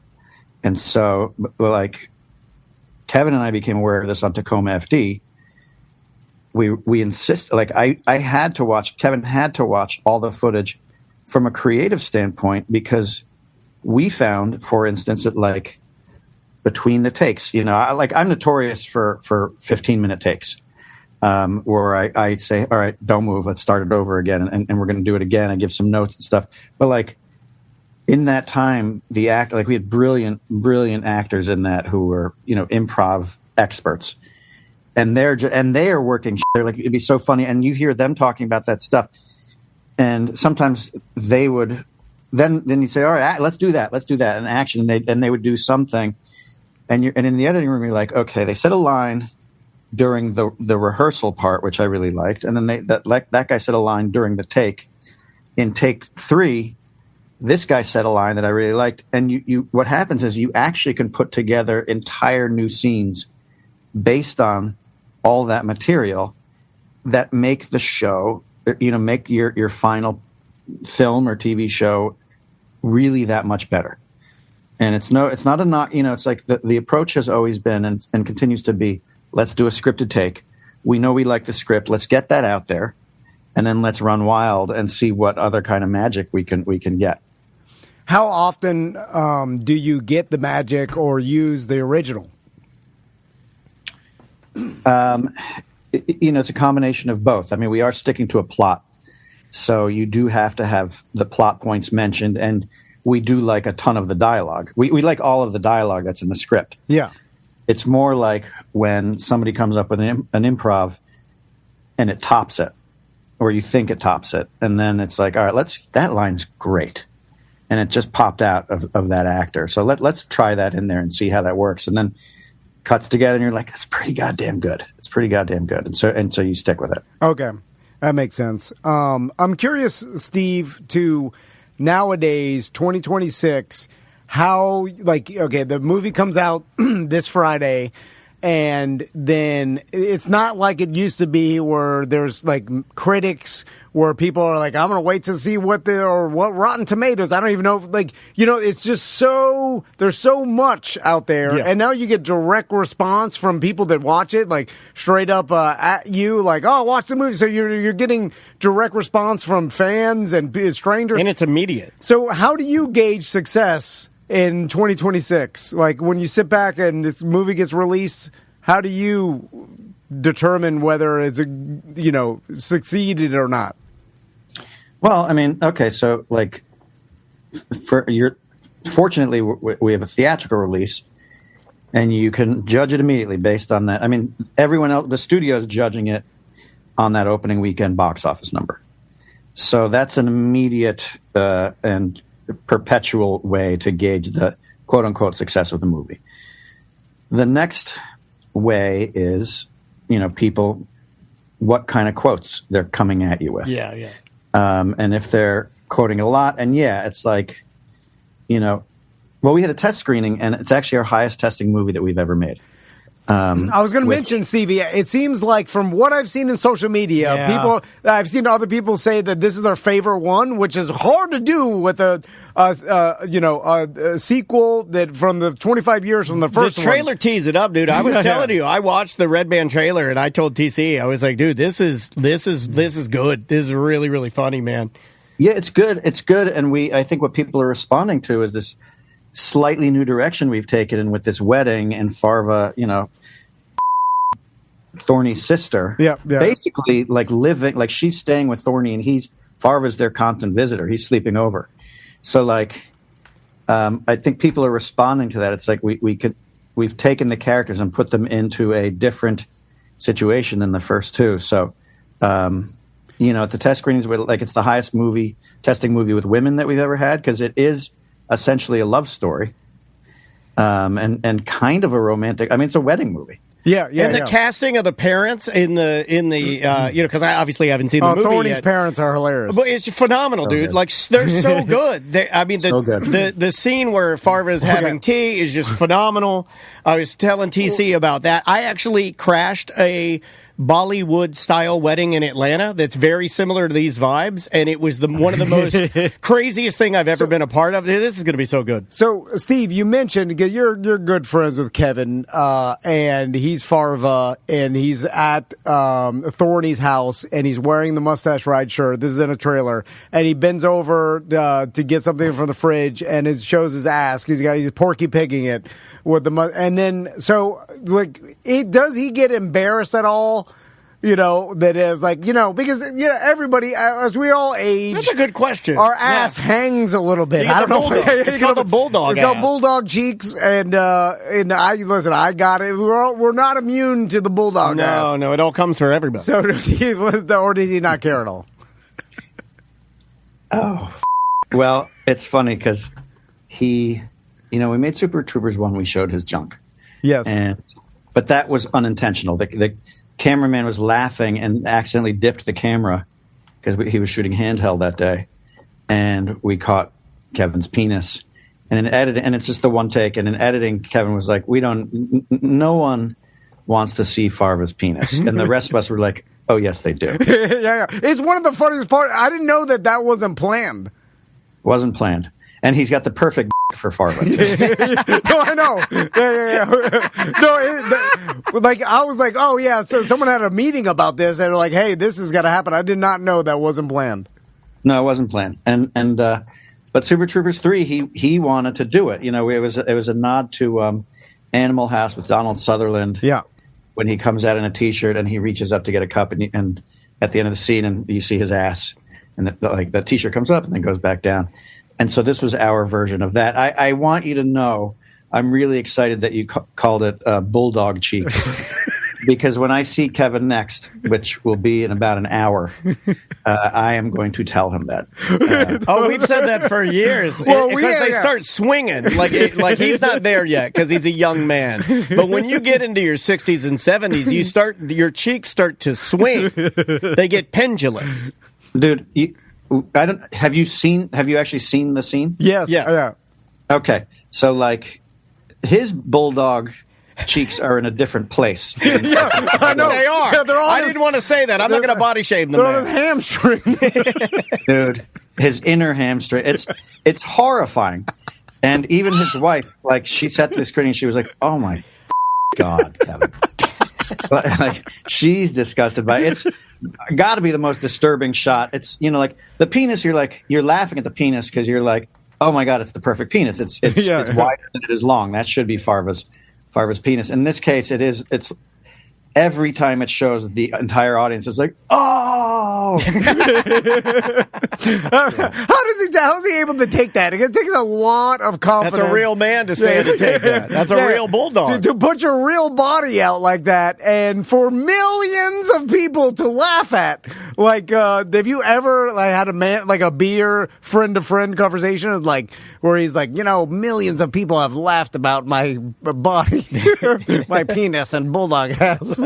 Well, I think, what happened when Super Troopers 1 came out, and pretty soon after, there was a report. I think it was actually in the Orlando Sentinel. Oh, okay. Check out Orlando Sentinel, George W. Bush, Super Troopers.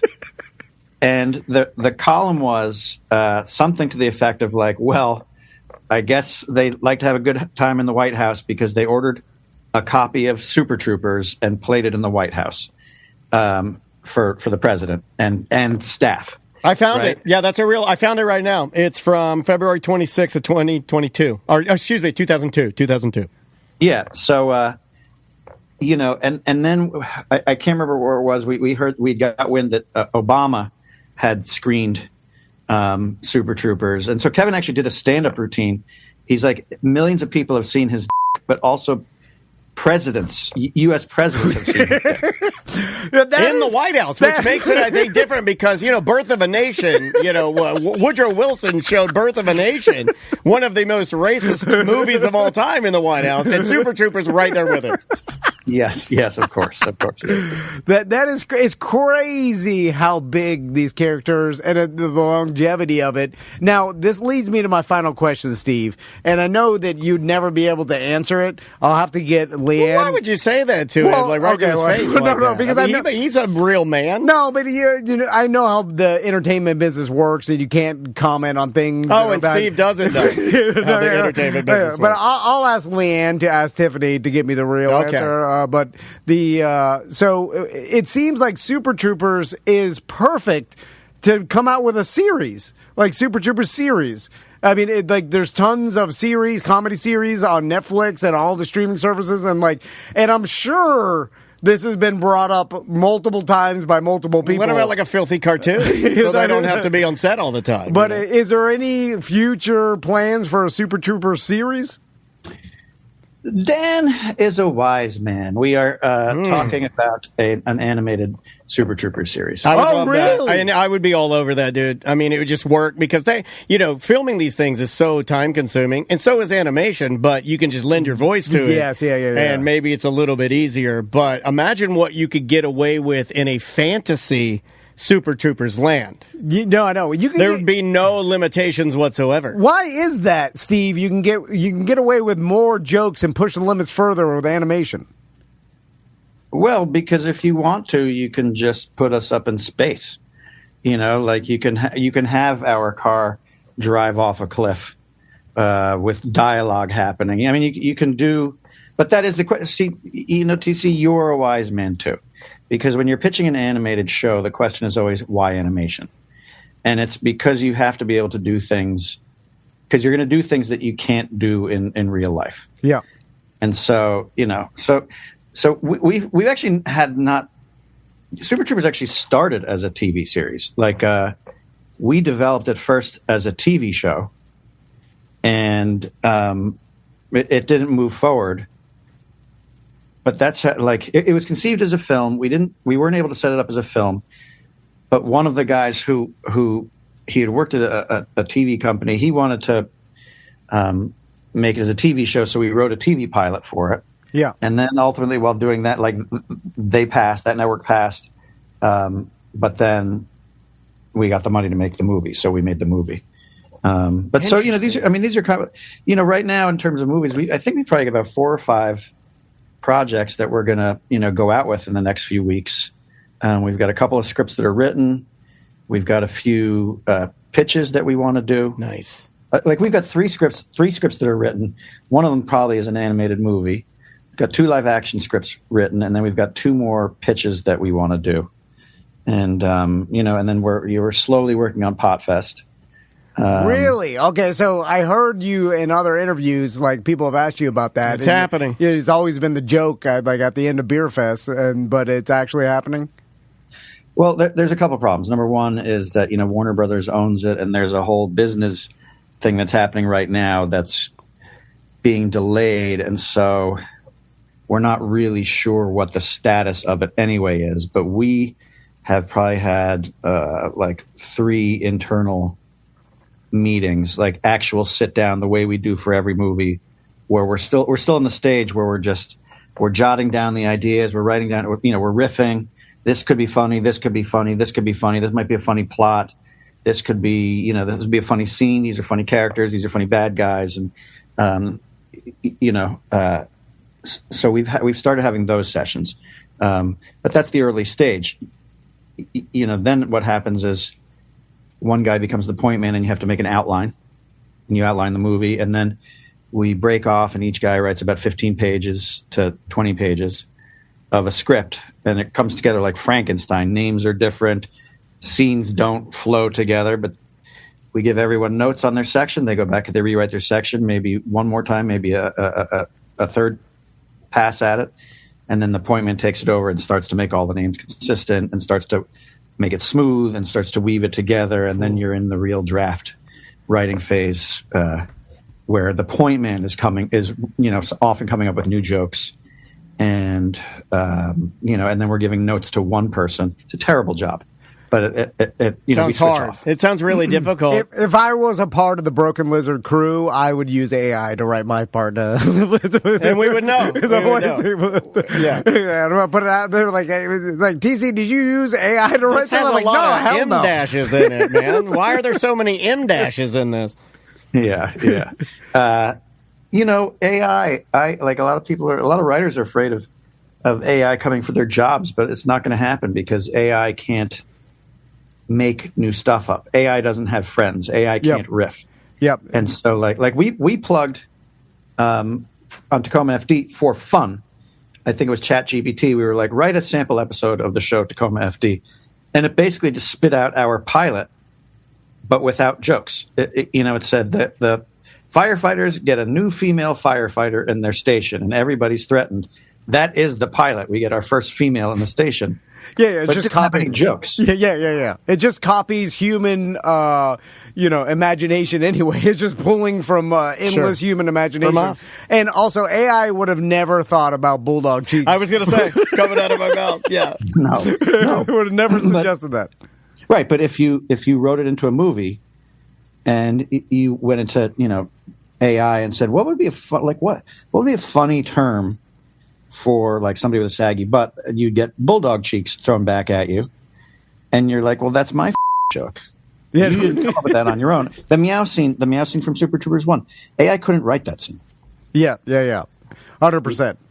Yeah, AI wouldn't write something like a naked man with a huge penis walks up next to Rob Lowe and he tugs on the and then hits hits it like a speed bag. It wouldn't come up with that. Right now it won't, but 20 years? It'll be speed bag crazy. Oh, my God. Every movie will have a speed bag episode. You can't get away from the speed bag. Yeah, it's everywhere. Well, Steve, I know you're busy as hell. Thank you, man. The movie comes out Friday. Everybody should go see it. You're taking your son. Can I tag along? You know what? I won't drink, I promise. I don't know be good. if Crystal will let me take time. You got to do it on the slide. You got to just do it like my dad with my Red Ryder BB gun. My mom said no. My dad did it anyway. Yeah. Because then my argument was like, well, Steve let his sons watch it, and she's going to be like, well, Steve's a rich millionaire, famous actor, and you're nobody. Well, no, radio podcast doofus. Okay, so here's the comeback for that. My father took me to see Animal House in the movie theater when I was like 7. Whoa! And and that like the pillow fight scene with the sorority. That's tons of naked girls, and at that scene, I looked at my dad, and my dad looked at me. I was waiting for a big reprimand. My dad looked at me and he goes, "This is a good movie." That poisoned my all those R-rated movies I was watching from like 10 to 12 to 14 to 16 allowed me to have the brain to become a millionaire movie actor. Yeah, that's how you make a super trooper. So that's what you tell your wife. I want my kid to be a millionaire movie actor. There you go. Did it allow your brain to go there or screw it up?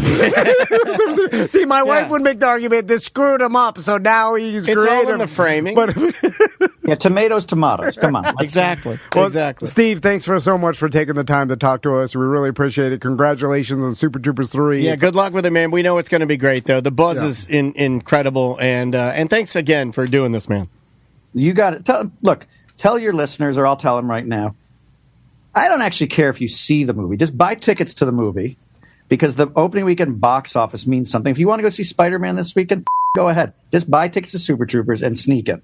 No, I like that. I love that idea. Oh, our listeners will do that. Oh, they will do that. Because you're right. Like the opening weekend does still matter, but I think it's going to be good, Steve. Like just based on the hype and based on what I see on social media, and you can kind of gauge it nowadays. Like people are excited. People are the people have seen this movie. They're like, it's good. Go see the trailer. It'll get you hooked. You'll be excited about it. Excellent. Yes. Good talking to you, man. I actually have to go and do the AMA right now. All right. Well, we'll talk to you soon, man. Thanks again. See you, Steve. You got it, boys. Always a pleasure. Later. Yep. That is Steve Lemmy. Yep. Super Troopers 3 out on Friday. I think it's going to be good. It's going to be really good. Man, thanks for setting that up, dude. We'll see you tomorrow.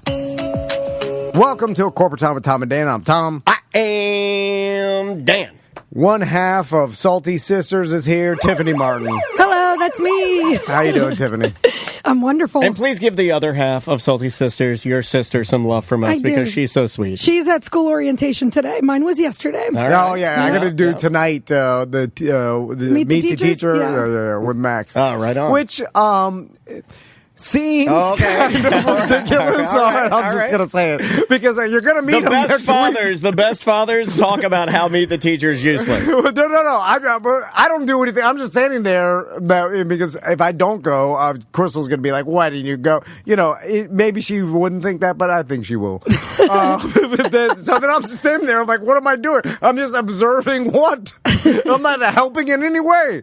Like the teachers are the teachers. I can't control. I'm like, You don't need to know good. any of the information at all. What information? Even if they tell him, do you think he'll know it? Well, it's just Right? like, okay, well, Even if he knows the information, do you think that he'll remember it or execute any of it? He won't. I drop them off, and then they come back, and I'm like, what happened? They're like, I don't know. I'm like, oh, okay. So we're both in the same boat. Yeah. You Anyway, don't know, sorry. they don't know. So, Tiffany, let's. I saw on your social media. Okay, first, let's start with this. We've been getting voicemail. And I looked for it. I was going to play it. I Which can do I'm an glad- impression of it if you want the impression Give me of an it. impression. I'll give you an impression of it. It's like, hey, Dan, this is Jim out in Polk County.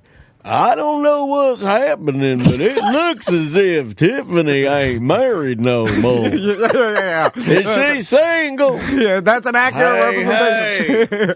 Hey. All right. Which I do like that Jim from Polk County is gonna like call and leave a voicemail and tell us that something that we don't know. We're like, what? Like, obviously you saw it on social media, and obviously we knew we're friends with Tiffany before the social media stuff. But You guys, anyway. I think, were probably like one of the first to know. Yeah. I think it was pretty fresh. Yeah, it when we was pretty found fresh. out. But yeah, I mean, Tiffany is single. Yeah. That's true. But I don't want. And this is going to come across a certain way, and I guess it is what it is. But I don't want. What's his name from Polk County? Jim. I don't want Jim in my DMs today. Yeah. Oh, girl, yeah. I don't Like, if we could avoid some of that, Yeah. that would be fun. Well, you miss all the shots you don't take. That's true. I read that somewhere. Yeah, that's what therapists say, right? They're like, get So, out I don't there. know. You got to try. You got to shoot for the stars. But you have no chance, Jim. Yeah, I you- hate to break it Please. to you. I mean, he just wants to see the adventure. Like you're like, oh wow, there's a new adventure. Yeah.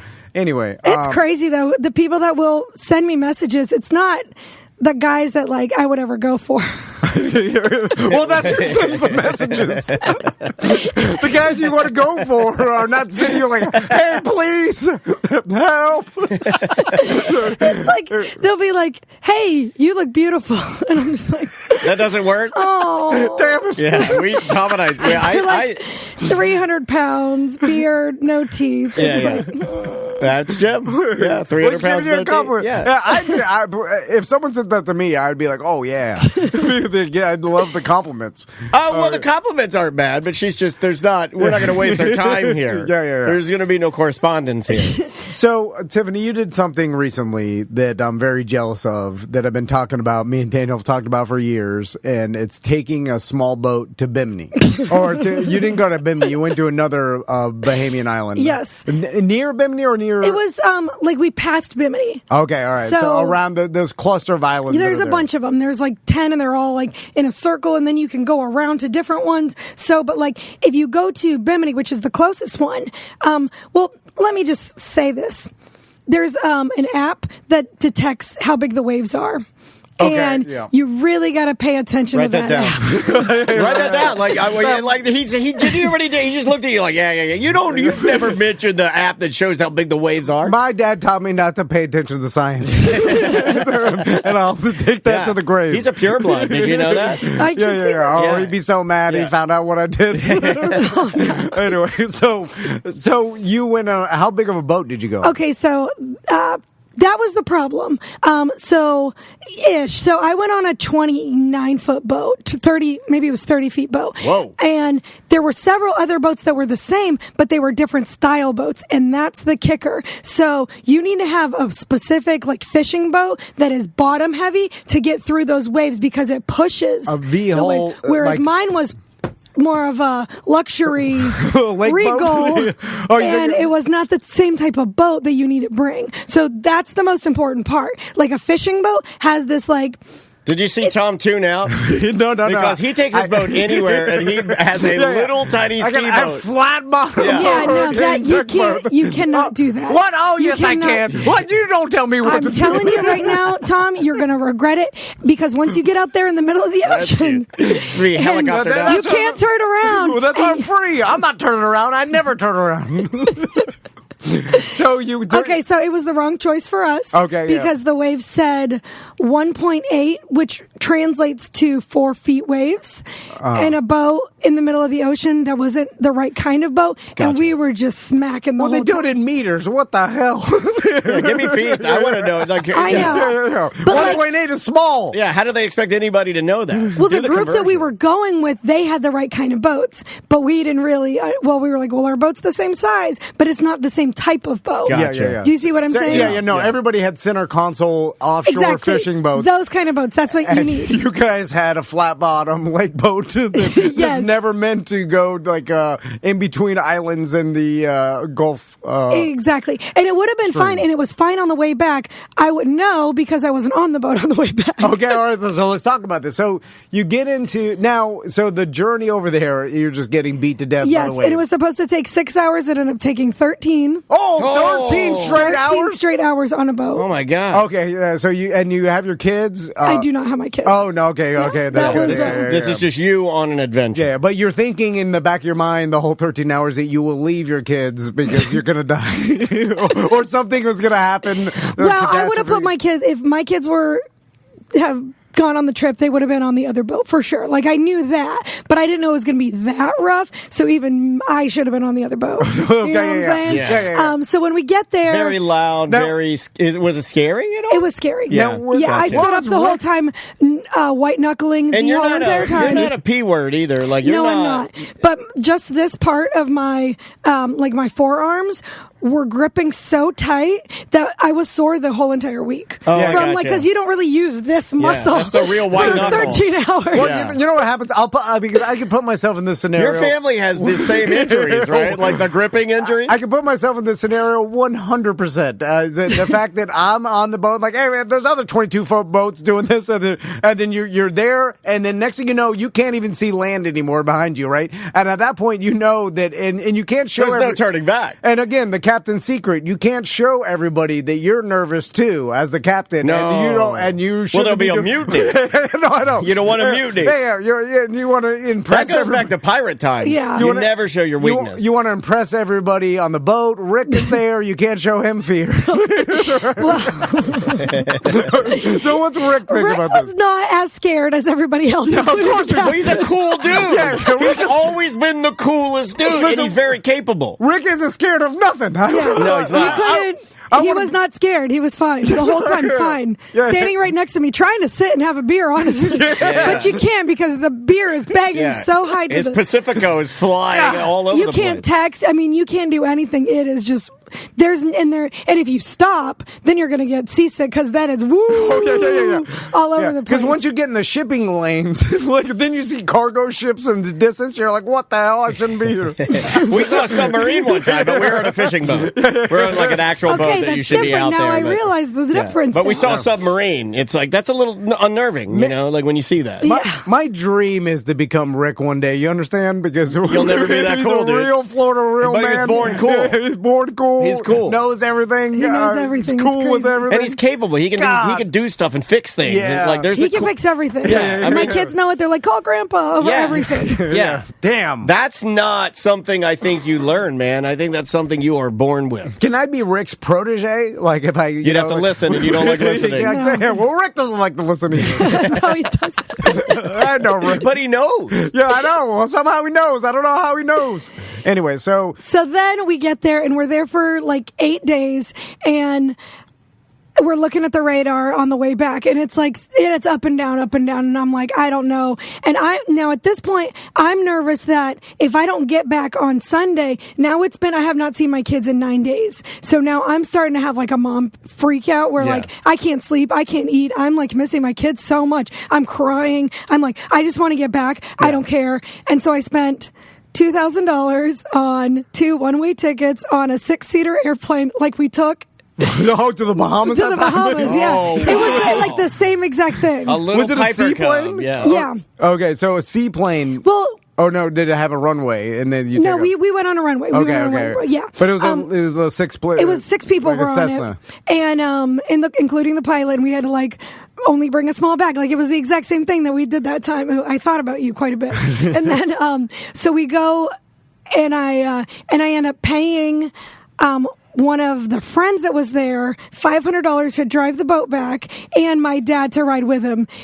And it ended up being completely smooth the whole entire time. I bet Rick's having the time of his life. Drinking beers. The goes are flowing. He's texting everybody. That was the most fun he's probably ever had in his life. Was driving that badass boat back, but pretty much by himself. I mean, he was with the other guy, but he was the captain on this, really, really nice dream boat. come true. And it's smooth the whole time. And he was like, I had an absolute blast. I love it. And we paid for his hotel and all that. He has that luck. You don't have that. That's another thing. Yeah. We're like opposite. I have bad luck. What's the energy? And you don't believe in energy, so you probably don't have it, right? Yeah. So anyways, and then go ahead. No, I was going to say because this makes me feel better because this would be my experience. You wanted to do that. You've been talking about doing this with your little boat. But that's the problem is your dream of like, hey, we'll just take the boat over to the Bahamas ends up being, or there's a 13-hour, you're beaten to S. Then and you never see those parts on social media because I didn't post that part. Your new hot girlfriend's bitching the entire time. And you're like, oh, and then she's buying plane tickets. You're like, oh my God, you have to fly back. What would Crystal do in this scenario? Oh, she wouldn't even go. No, but like you get her in there, you trust me. her, and plus you're not going to do this without your boys. No, it's not like it's going to be you and Crystal doing this and the boys stay home with grandma. This would be an adventure with my new girlfriend who doesn't know my past of blunders. Okay, all right. Crystal doesn't know. Your new girlfriend's name is Tristal. So it's you and Tristal, your new girlfriend. Your boys are with Crystal. Oh, yeah. I've lost custody. Yeah.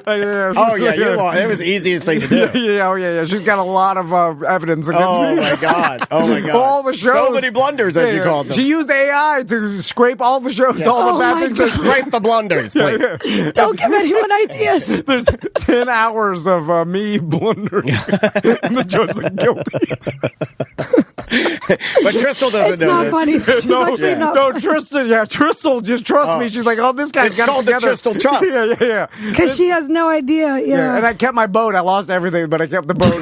Crystal's like, it's a hunk of junk. And they got a new bimini top. It looks good. Yeah. Bright blue. Yeah. Sapphire blue. No. So she wouldn't have gone. So you wouldn't have been in the situation that I was in. No, I mean, Crystal wouldn't, but Tristal. Tristal's ride or die because she doesn't know. And then Tristal's like, this guy. I think this guy doesn't know what he's doing. I'm following her compass. She's like, well, don't you have GPS? I'm like, that's for kids. Real captains use the old ways. Anyway, so and it costs a lot of money. So how much money? Total, including the plane tickets, the Airbnb there, the gas, $11,000. Oh my God! $11,000! Oh my God! Oh yeah, you're not doing that with Tristal. That's too much. It is a rich people thing to do. I'm telling you, the gas alone every time we filled up the tank was $900. I have a friend a dance friend of Maisie's that I think is leaving tomorrow. They're most likely very successful. And they are, and he has a very nice, the really bottom heavy fishing boat, center console. See, and he'll go there. And there used to be a time where the poor people, or at least like the middle class, could go to Bimini for the day. Like my dad used to do it so my mom could get 222s over there because they got codeine in them. Yeah. But the pharmacies used to be loose. Now that's Tristal's language. She loves the 222. Oh, they don't do it anymore.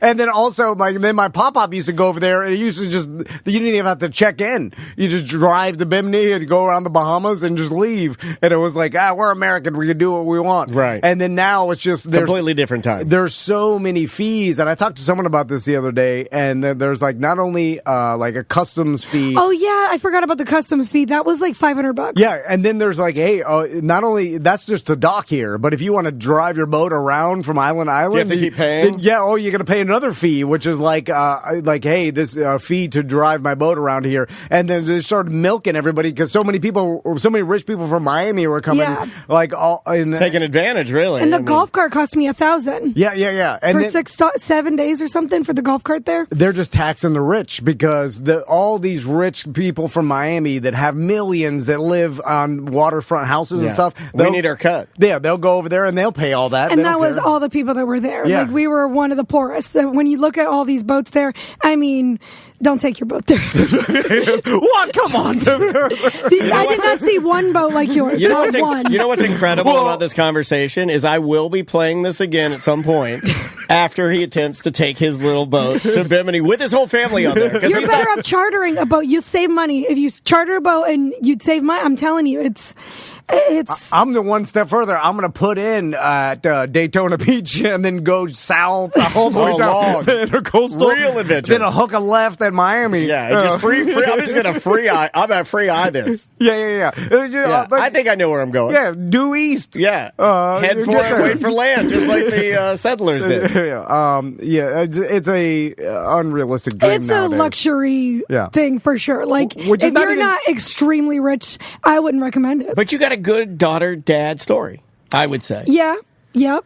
You know, and if you're collecting that, and I know you like adventures with your dad, so I think that's really cool. That's true, and I'm glad. And my dad even said I had more fun than anyone. Yeah. So he and did. I believe him because he's a fun guy. He's shout out to that guy. Give him some love from us, man. I haven't seen him in forever. But the thing is, it's like why cruises exist and stuff. It's like you can go to a cruise to the Bahamas, like we're about to do one for $1,000, and that's unlimited food and drink, and it's like okay, and then you can take your boat there. Wait, we're doing one? You and I are doing one? Well, we haven't announced it yet, but anyway, I think you just did. But that's kind of the price difference of like, what, you want to take your boat, $11,000. That's ridiculous. But the freedom of having your own boat there. I mean, I that part was cool, but not worth the expense. I'm telling you. Even like when we went to, we stayed at like a nice resort.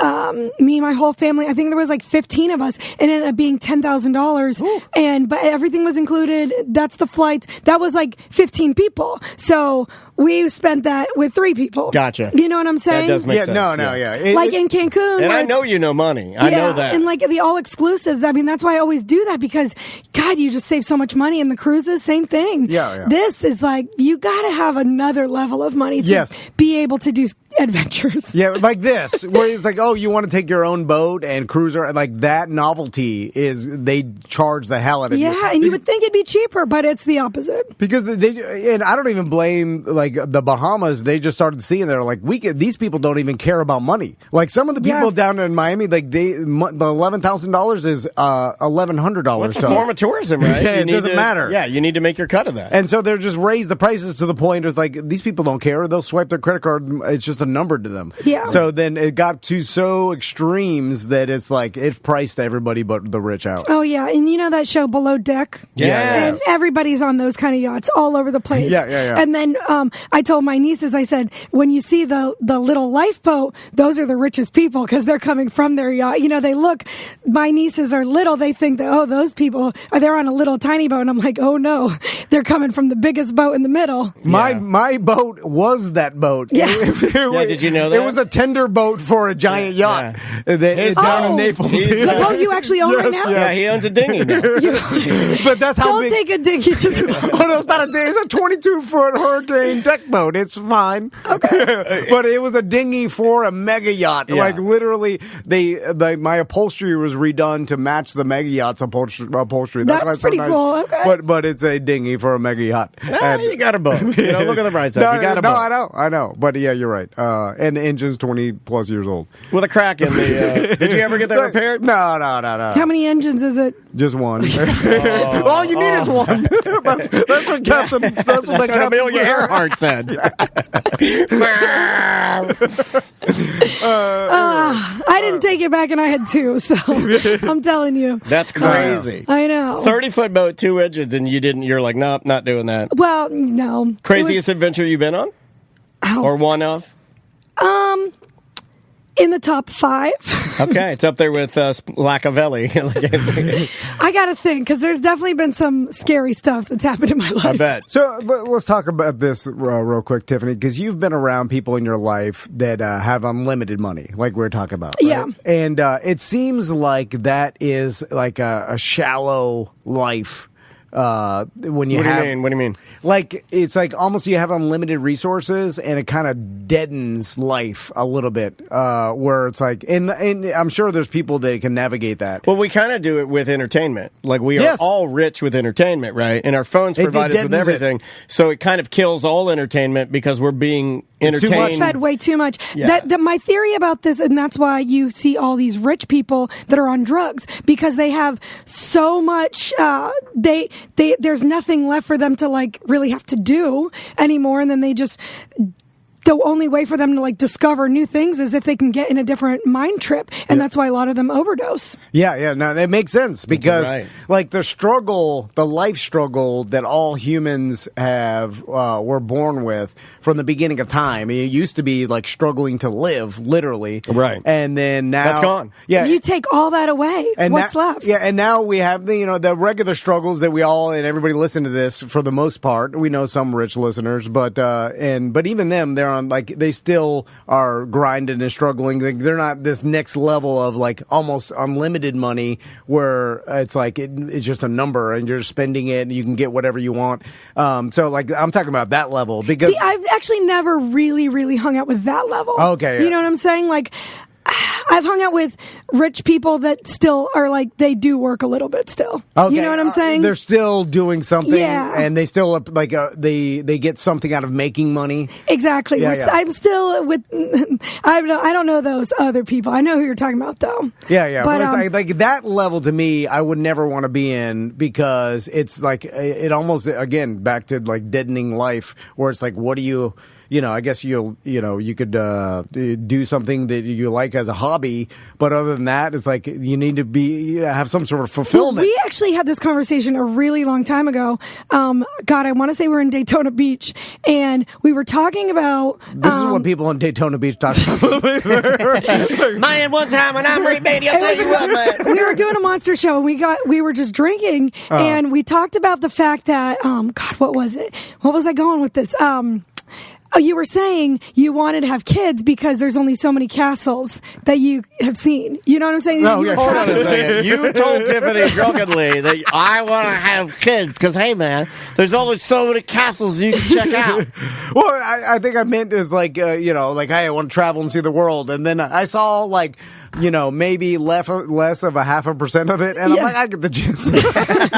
Kids it is. Like I saw a castle. I'm going to go see 100 other castles. Like, yeah, bro, and I damn agree same. with that, though. But I agree with that, and I feel like that's what kids kind of does. They give you another like cool thing in your life to like discover, and every day is different. You never know what they're going to say or do, and Yeah. it just kind of like you almost get to start over, like become a kid again through them. Kids are awesome because they're castles that can ruin your life. The castle spending all their money. Scarier castle. I always want something. Pick up your friends again? Yeah, Jesus this Christ. castle leaves pee-pee in the toilet all the time.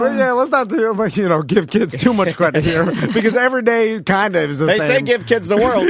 yeah. That's a charity. Like they do cool things every once in a while, but most of the days it's the same old. Oh, let's be honest. Most people's kids, in mine included, are very average. Yeah. Very average. They do the same thing every day. Like Yeah. every once in a while, you're impressed, but other than that, Normally it's a fluke. yeah. know? See, I'm not there yet. I think because my kids are really younger than yours or something. Like my daughter's 4, Yeah, so yeah. she's coming up with the funniest things every day. She's saying something so new. cute. So it's probably going to go away. You're telling me it's going to go away? Of course, it goes No, away. it doesn't. Tiffany. It doesn't. Come No, on, it's the one thing I'm living for. Look at this. Look at- I get little notes in my lunch for my daughter. Look, no, See? it doesn't go away. Thank it doesn't you. go And away. she's what, 11 now? She's 11, Well, and it it may will be go different for away. a girl. No, she swears it's not going away, and I'm going to hold her to it. I don't think it will. She loves her dad. As soon as she meets a dude or lady, Hopefully a lady. it's going away. We talked about that off air. Hopefully a lady. Those notes go to that person, and then you are left in the dust. No, I'll drive a wedge between them. Right? That's what you do. You drive a wedge between them. I'm like, if you have to choose between her or your loving father, then I'm gonna make your life hell. No, well, then the therapist is telling you your dad is toxic. He's trying to drive away. And then she won't talk to Yeah, him. but I'm toxically cute.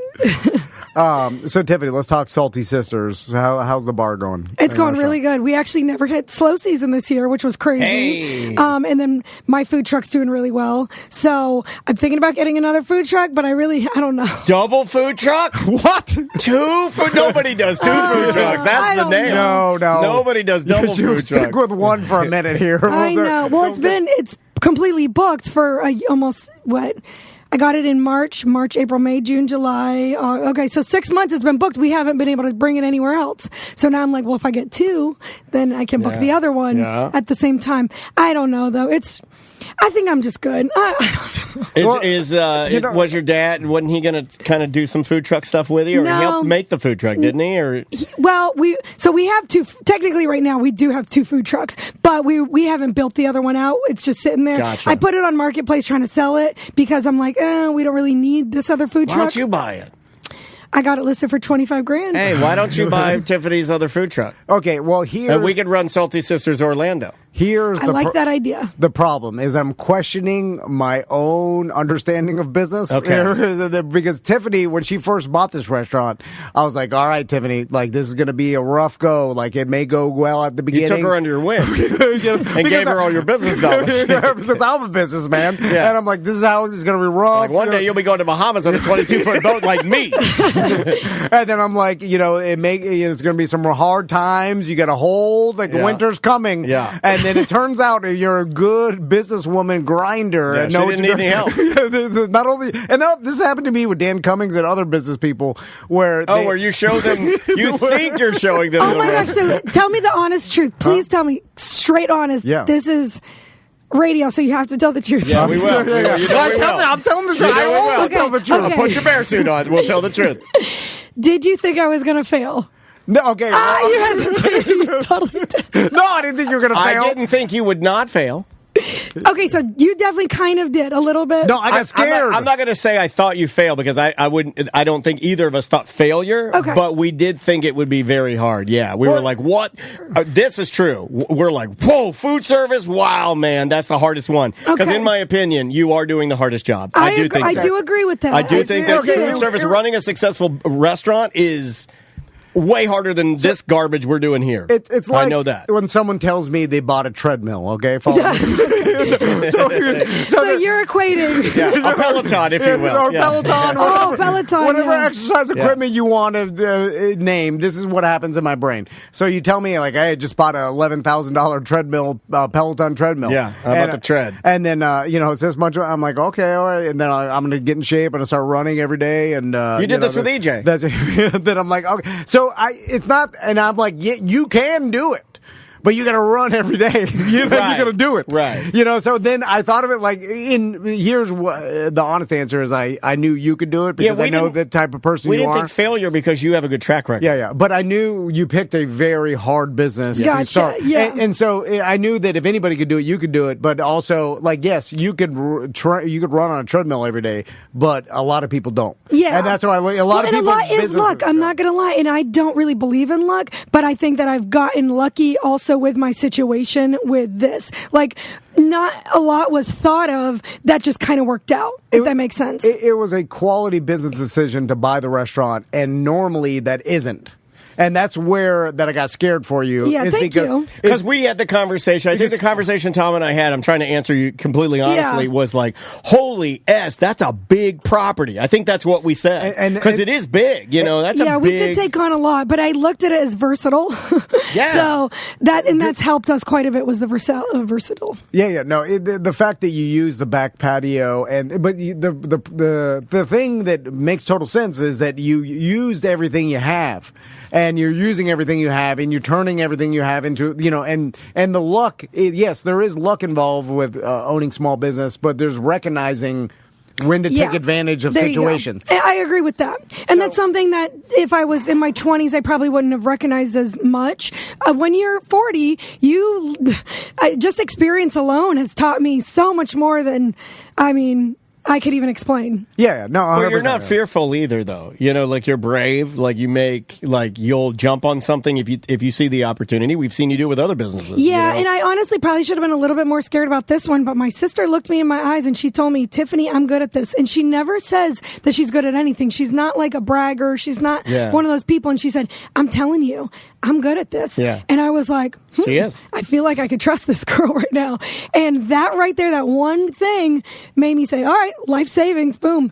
And I put my whole entire life savings into it. Yeah, no, with 2 kids, with no income at all. But it was the right decision. It was the right decision. Because it's established now. But people talk about it all the time. I should have been a little bit more scared, but maybe it would have stopped you from doing it, right? Like I think about that with us jumping to do this and start our own show and our own company. Like if we'd been even more fearful about it, who knows where we would be or what we'd be doing. I'm glad we took the jump. I'm glad we did it. I'm glad you did it. No, it's because I was like, real estate, then I don't have to put that much money up front. Like that's what I was thinking I was going to do in Florida. I was going to come to Florida and be a real estate agent like my mom was. And I started taking all like the courses and everything. And I thought that's what I was going to do. And then, when my sister said, hey, there's a restaurant for sale. And I was like, I feel like I want to do that more. Real estate wasn't really a passion. I just felt like it would be a cheap way to maybe be successful. I don't know. And I knew a lot of people. So I thought that was a good gamble. Oh, people are getting rich in real estate right now. Oh, yeah. Never been better, I've heard, right? How's it going? They can't wait to drop that 3% and buy a new house at 8%. Yeah, I know. That's what I spent. No, I know. That's where everybody's at. But, what's coming up with the Salty Sisters at end of the year, around finishing off the summer? What are your biggest nights now? What do you got going on there? Gosh, because you always have something going on. Friday, Saturdays have always been our staple because we have the live music and you got the playground. So it's definitely awesome for kids and parents. That's number one. That's our staple. But then our bingo night, which is on Tuesdays, you got to go early to get a seat. And we've built that and built that and built that to where that's the busiest night of the week, which is a Tuesday. And every restaurant struggles on Tuesday except for us. Yeah. So that's been kind of cool. Our Wing Wednesday is Wednesdays and we do really well on that. Karaoke's on Thursdays. We still need to build that one up, but what's making that one better and better is we do kid karaoke, and not a lot of places allow your kids to sing. So the kids get on the stage and they get to be the stars. That's awesome. And the parents love that. Yeah. So they stay all night and drink and have fun. Yeah, So. man. Okay, I'm going to present a couple business ideas. Love I saw he scratched out kid karaoke there. Well, I know a guy that could build a splash pad in the back of your property, right? Oh, I know that guy. Yeah.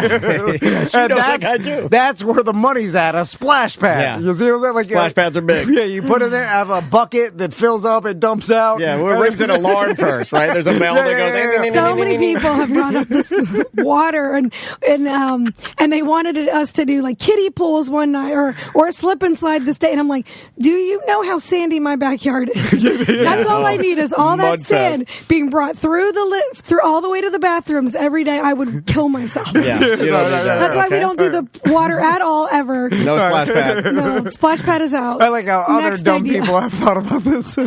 They want to be a slip and slide because my first idea was slip and slide, but I was like, think bigger, splash pad. Just slip and slide. And you thought that was genius. No, it is funny because you can and I've seen this with businesses before where things are going well and then they get so confident they're like, I could do anything and it'll be successful. Any decision I make is the right decision, and then next thing you know, you're spending $110,000 to build a splash pad, and then it's the plumbing's not good. Yeah. It's just people are talking crap about it. It's the bucket doesn't even work anymore. Well, just because one business works doesn't mean the other one. Yeah, and exactly. I was like, okay, well, I know how to do business, and I opened my indoor kids playground, and it just wasn't profiting enough, and I ended up selling that, and it was fine, but I lost probably $30,000 on that business venture. Oh my god, $30,000! This guy gets mad when we lose $250 or something. I'm like, what did you buy? I'm like, I just bought a T-shirt, man. I mixed up the cards. But I should have done more research. I'm arguing with OUC about $240. He does. Well, I use real examples in here. Like, this is honest stuff that I tell you. Our Yeah. landlord's like, hey, he sent me a screenshot of $240. He's like, you piece of ass. And then he's like, you owe this. I'm like, what? He's like, OUC put a lien on my property. I'm like, what the hell? It's because you did not pay your water bill, you POS. And then I call OUC, and they're like, well, we don't have any record of this. And I'm like, well, what the hell?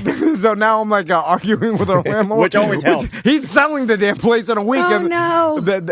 The new owner's going to write us a lease, or so they said. Yeah, I don't know. So Our building just got sold at Salty. We actually have a meeting at 3 to discuss our new lease. Oh, really? Okay. man. We know, well, I don't want to say anything on air, but Yeah, don't say anything on There air. could be some changes, but they really like us, and they know that we're the most successful business in that plaza right now. That's so. what we were told too, although our person really likes us, not the most successful. But, Yeah. but we'll take likes. We'll the take nail likes. salon. Actually, all the other businesses were successful. Every single one. Yeah, everything that's been here has thrived, except for us.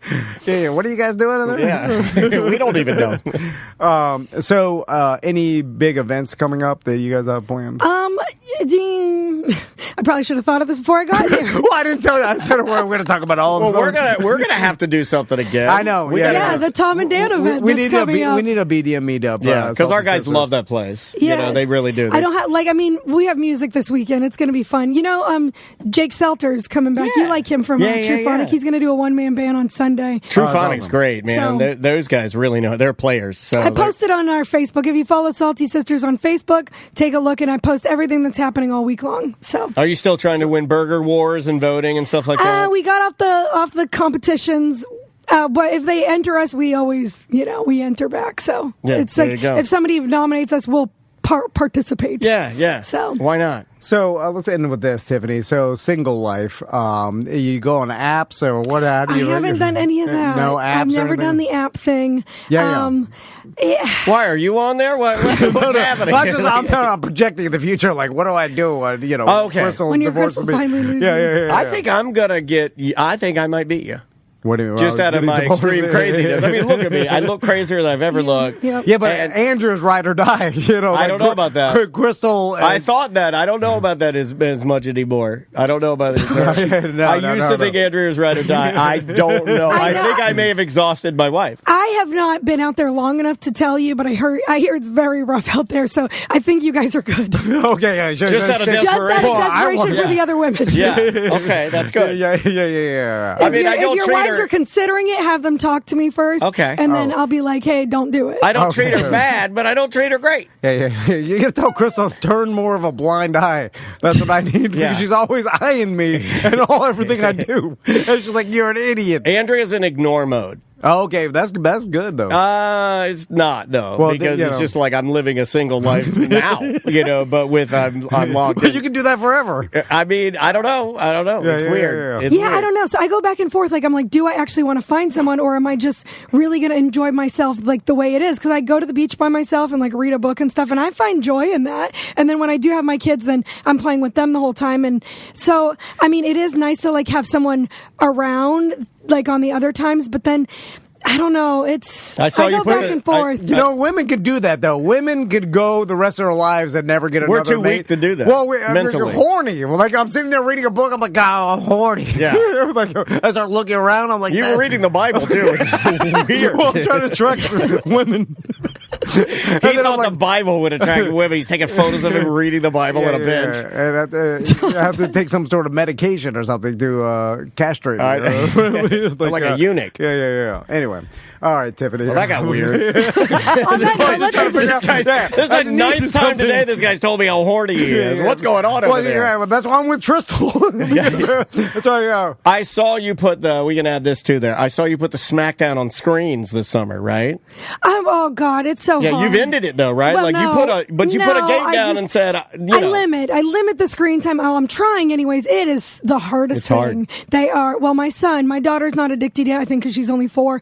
My son loves screen time. Yeah, Like Maisie got a phone, and I saw the uptick in her hours. It's like way more. and like they put all these YouTube videos. Now it's on Netflix. So because I deleted YouTube off Yeah. of the TV, and now they put Salish and Jordan on Netflix now. Oh, so yeah, now they'll find it, too. Yeah. Oh, they do. Without you even walking them through it. And I hate it so much. I mean, I hate this YouTube crap so much. Like, I'm like, how did this? And I'm explaining to my son, I'm like, it's set up. It's set up. He's like, no, it's not. You're ruining it.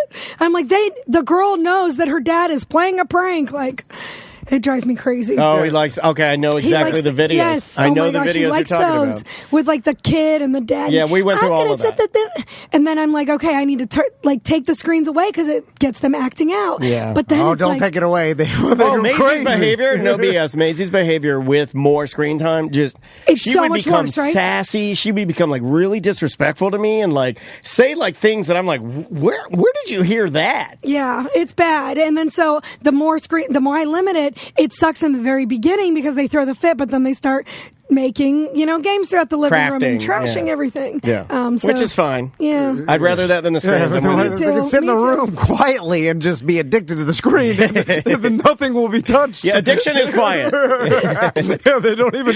It's one of the, we never talk they about the don't even- positives of addiction, but one of the main positives is peace and quiet. You're like, I haven't seen my kids all day. Oh, they're just sitting there in the same place. they're just locked Gosh, in. and the mom guilt is so bad. Did if you they do pee your that. pants? You didn't even get up. Oh, God. It doesn't count if they can sit in it for 1 hour. That was my rule. Yeah, you can fine. sit in it for 1 hour. What are your screen time limits? You guys have them? Not right now on May's phone. I'm thinking of implementing it again because she just got a phone. She's usually pretty good with her iPad, but she dances so much she doesn't have enough time. Yeah. So there is a balance with her that I don't really worry about as much because she's been doing 2 a days because dance season's about to ramp back No, up. yeah, So I she'll know. be doing like 5 hours a night. Yeah. Of dancing. And That's my sister's kids. They do 5 hours every day. she came in last night at 10. Because she's in an older class now, Yeah. so I was asleep. I'm listening to the Braves on radio, like the way I look. I'm listening to baseball on the radio, and she wakes me up. She's like, "Okay, I'm going to bed." How did she get home? She can either walk or It's right because it's here. really close, That's so or cool. Andrea will go walk and pick her up. Okay. So you. I like it when you're my asleep. No, my sons are like, put in the passcode for the screen time limits. I'm like putting it in, and I'm like, how many times have I done this today? What are we even doing here? They have you sign off on more screen time. Yeah. I love like, that. Put in the passcode. Is screen time limited? I'm putting it in. Oh yeah, I forgot that I can do it on a timer. yeah. I gotta do that. Well, So like, you why- don't look at them and be like, "You're out." Well, why even have a limit then? Well, it's like, I don't know what the rules are, what kind of infrastructure was set up. Like I'm not communicating with my wife. Pass the buck. You just pass the buck to her. It's like, go get your mom So to do it. are you unlimited? Like you? No, I don't know. There's something. But that's not my job. I'm like Rick. my I'm trying to be more like Rick. You gotta be cool. Rick doesn't care about screen time limits. He's driving the boat back from Bimini. That's actually the biggest lie ever. It drives my dad crazy when he sees kids on their phones. I know he doesn't like it. It drives I know. him crazy. He's old school. He's old school. Yeah. Now he hates it. No, it is real bad. Crystal started doing the one time a week now, Wednesdays and Saturdays. Oh, that's what Crystal got Maisie on. Yeah. Like, I stole that from your wife. No, but then we went away from it for years, and then Crystal got back to it in the summer, and then they seem to be fine with it. Except for that one day, though, Max is like waking up at break of dawn. He's going there. He's like, "I'll get it all day." I'm like, "Oh, you're Bradley knowing yourself." Yeah, you can overdose. You went from nothing to everything all day, and then Yeah. at the end of the day, his eyes are whoa. Wait till he gets AI. Wait till he gets I know. dabbling with AI. no. Are you dabbling with AI? I dabble, but Yeah. not for like. I get poisoned by it because I use it here and I'll tell you everything. At 50 now, since I'm an old man, I'm the oldest person here. I feel technology poisoning me. Like I get to a point where I'm like, I can't look. I've had so many computers break this week. Like I'm so over technology. I want just give me power and a TV and that's it. I don't want any Wi-Fi. I don't want a computer. I don't want the internet. It's all negative. It's all people complaining and yelling at each other and making fun of each other, making snarky comments when you don't need snark. Like everybody now, like on anything, you post a picture of yourself and somebody is just like, I'm going to be a jerk to this person. I'm like, I mean, I've gotten that for so much, like just being on the radio. Yeah. Like they would email me, "You look fat." my like God. it was like so. I've gotten like the trolls for just. For 20 living. years Yeah. now. Yeah. But the only thing I will say, I look back on like a lot of my jobs, like when I was doing the music in Vegas, and I would have to edit all that music and bring keys down and all this. Now chat and AI can do it all for you. And I'm like, man, it would have been so much easier. Yeah. And then also the video editing would have been easier. Oh my God. And when I did the edibles, like, I don't even know if my book is the book that I wrote even applies, because people can just ask chat everything that I have in my book even. Right. Yeah. So I'm like, man, that would have been so much easier even 3 years ago. I could, but in the restaurant business, I've used it a little bit for like flyers and stuff, but there's really nothing. It's so hands-on. You can't really use it for it's this. person to person. It's a real connection. It's a real relationship. In your business, just like I've asked it about the podcast business, and it's like using the information from the internet that's not specific to us. Exactly. So it's too specific, and it can't get the right information that's pertinent to you exactly. Yeah. Because how can it? Because you haven't put your information. Now, if you feed it years of information on you and your business, It would then probably do a then it better starts job. learning. But It definitely has learned a little bit. It'll like pop a business card up. If I'm like, give me a business card that makes sense for Salty Sisters, and these like, for your restaurant in Cocoa Beach, this is the theme in your logo, and then it'll pop out like the perfect business card. I'm like, perfect on the first try. Order. Yeah. Quick So print. it definitely it's starting to know me. Yeah. There's some tools, but anyway, we got to go. Tiffany, Salty Always good Sisters. seeing you. Salty Sisters, Cocoa Beach. Go there. Ask for Tiffany. She'll probably be there. Say what's up. Yeah. Order a smash burger. Delicious. Any other bring your things you'd like kids. to highlight other than the burgers that you guys have that are great? Wings on Wednesday. Yeah, wings on Wednesday come out. And we need some help on Thursdays for karaoke. We do. If your kids like to sing, or if That's you a like to great sing idea. too, and perform and stuff, the karaoke thing is starting to really build, and it's super fun. So I need Maisie to see. I need to play her some videos of you performing in your band, because she's got a great voice. With the Okay. dancing, she just doesn't do it a lot. You know what I mean? But I can't get her. She Well, doesn't have also, that musical do you thing. want her to be that? Not really. But I mean, I want her to be happy, and I think she's going to be an artist of some sort. There you and go. that's But if kinda- you could teach her to sing, that's where I the know. money is. She That's sings Broadway. and dances. Broadway, baby. Yeah, but that's, then now. and if she goes Broadway, then she's definitely gay. And I'm like, yes. all right. Tiffany, thanks for coming Love you by. guys. Thank you so much for having me. We will see you next week.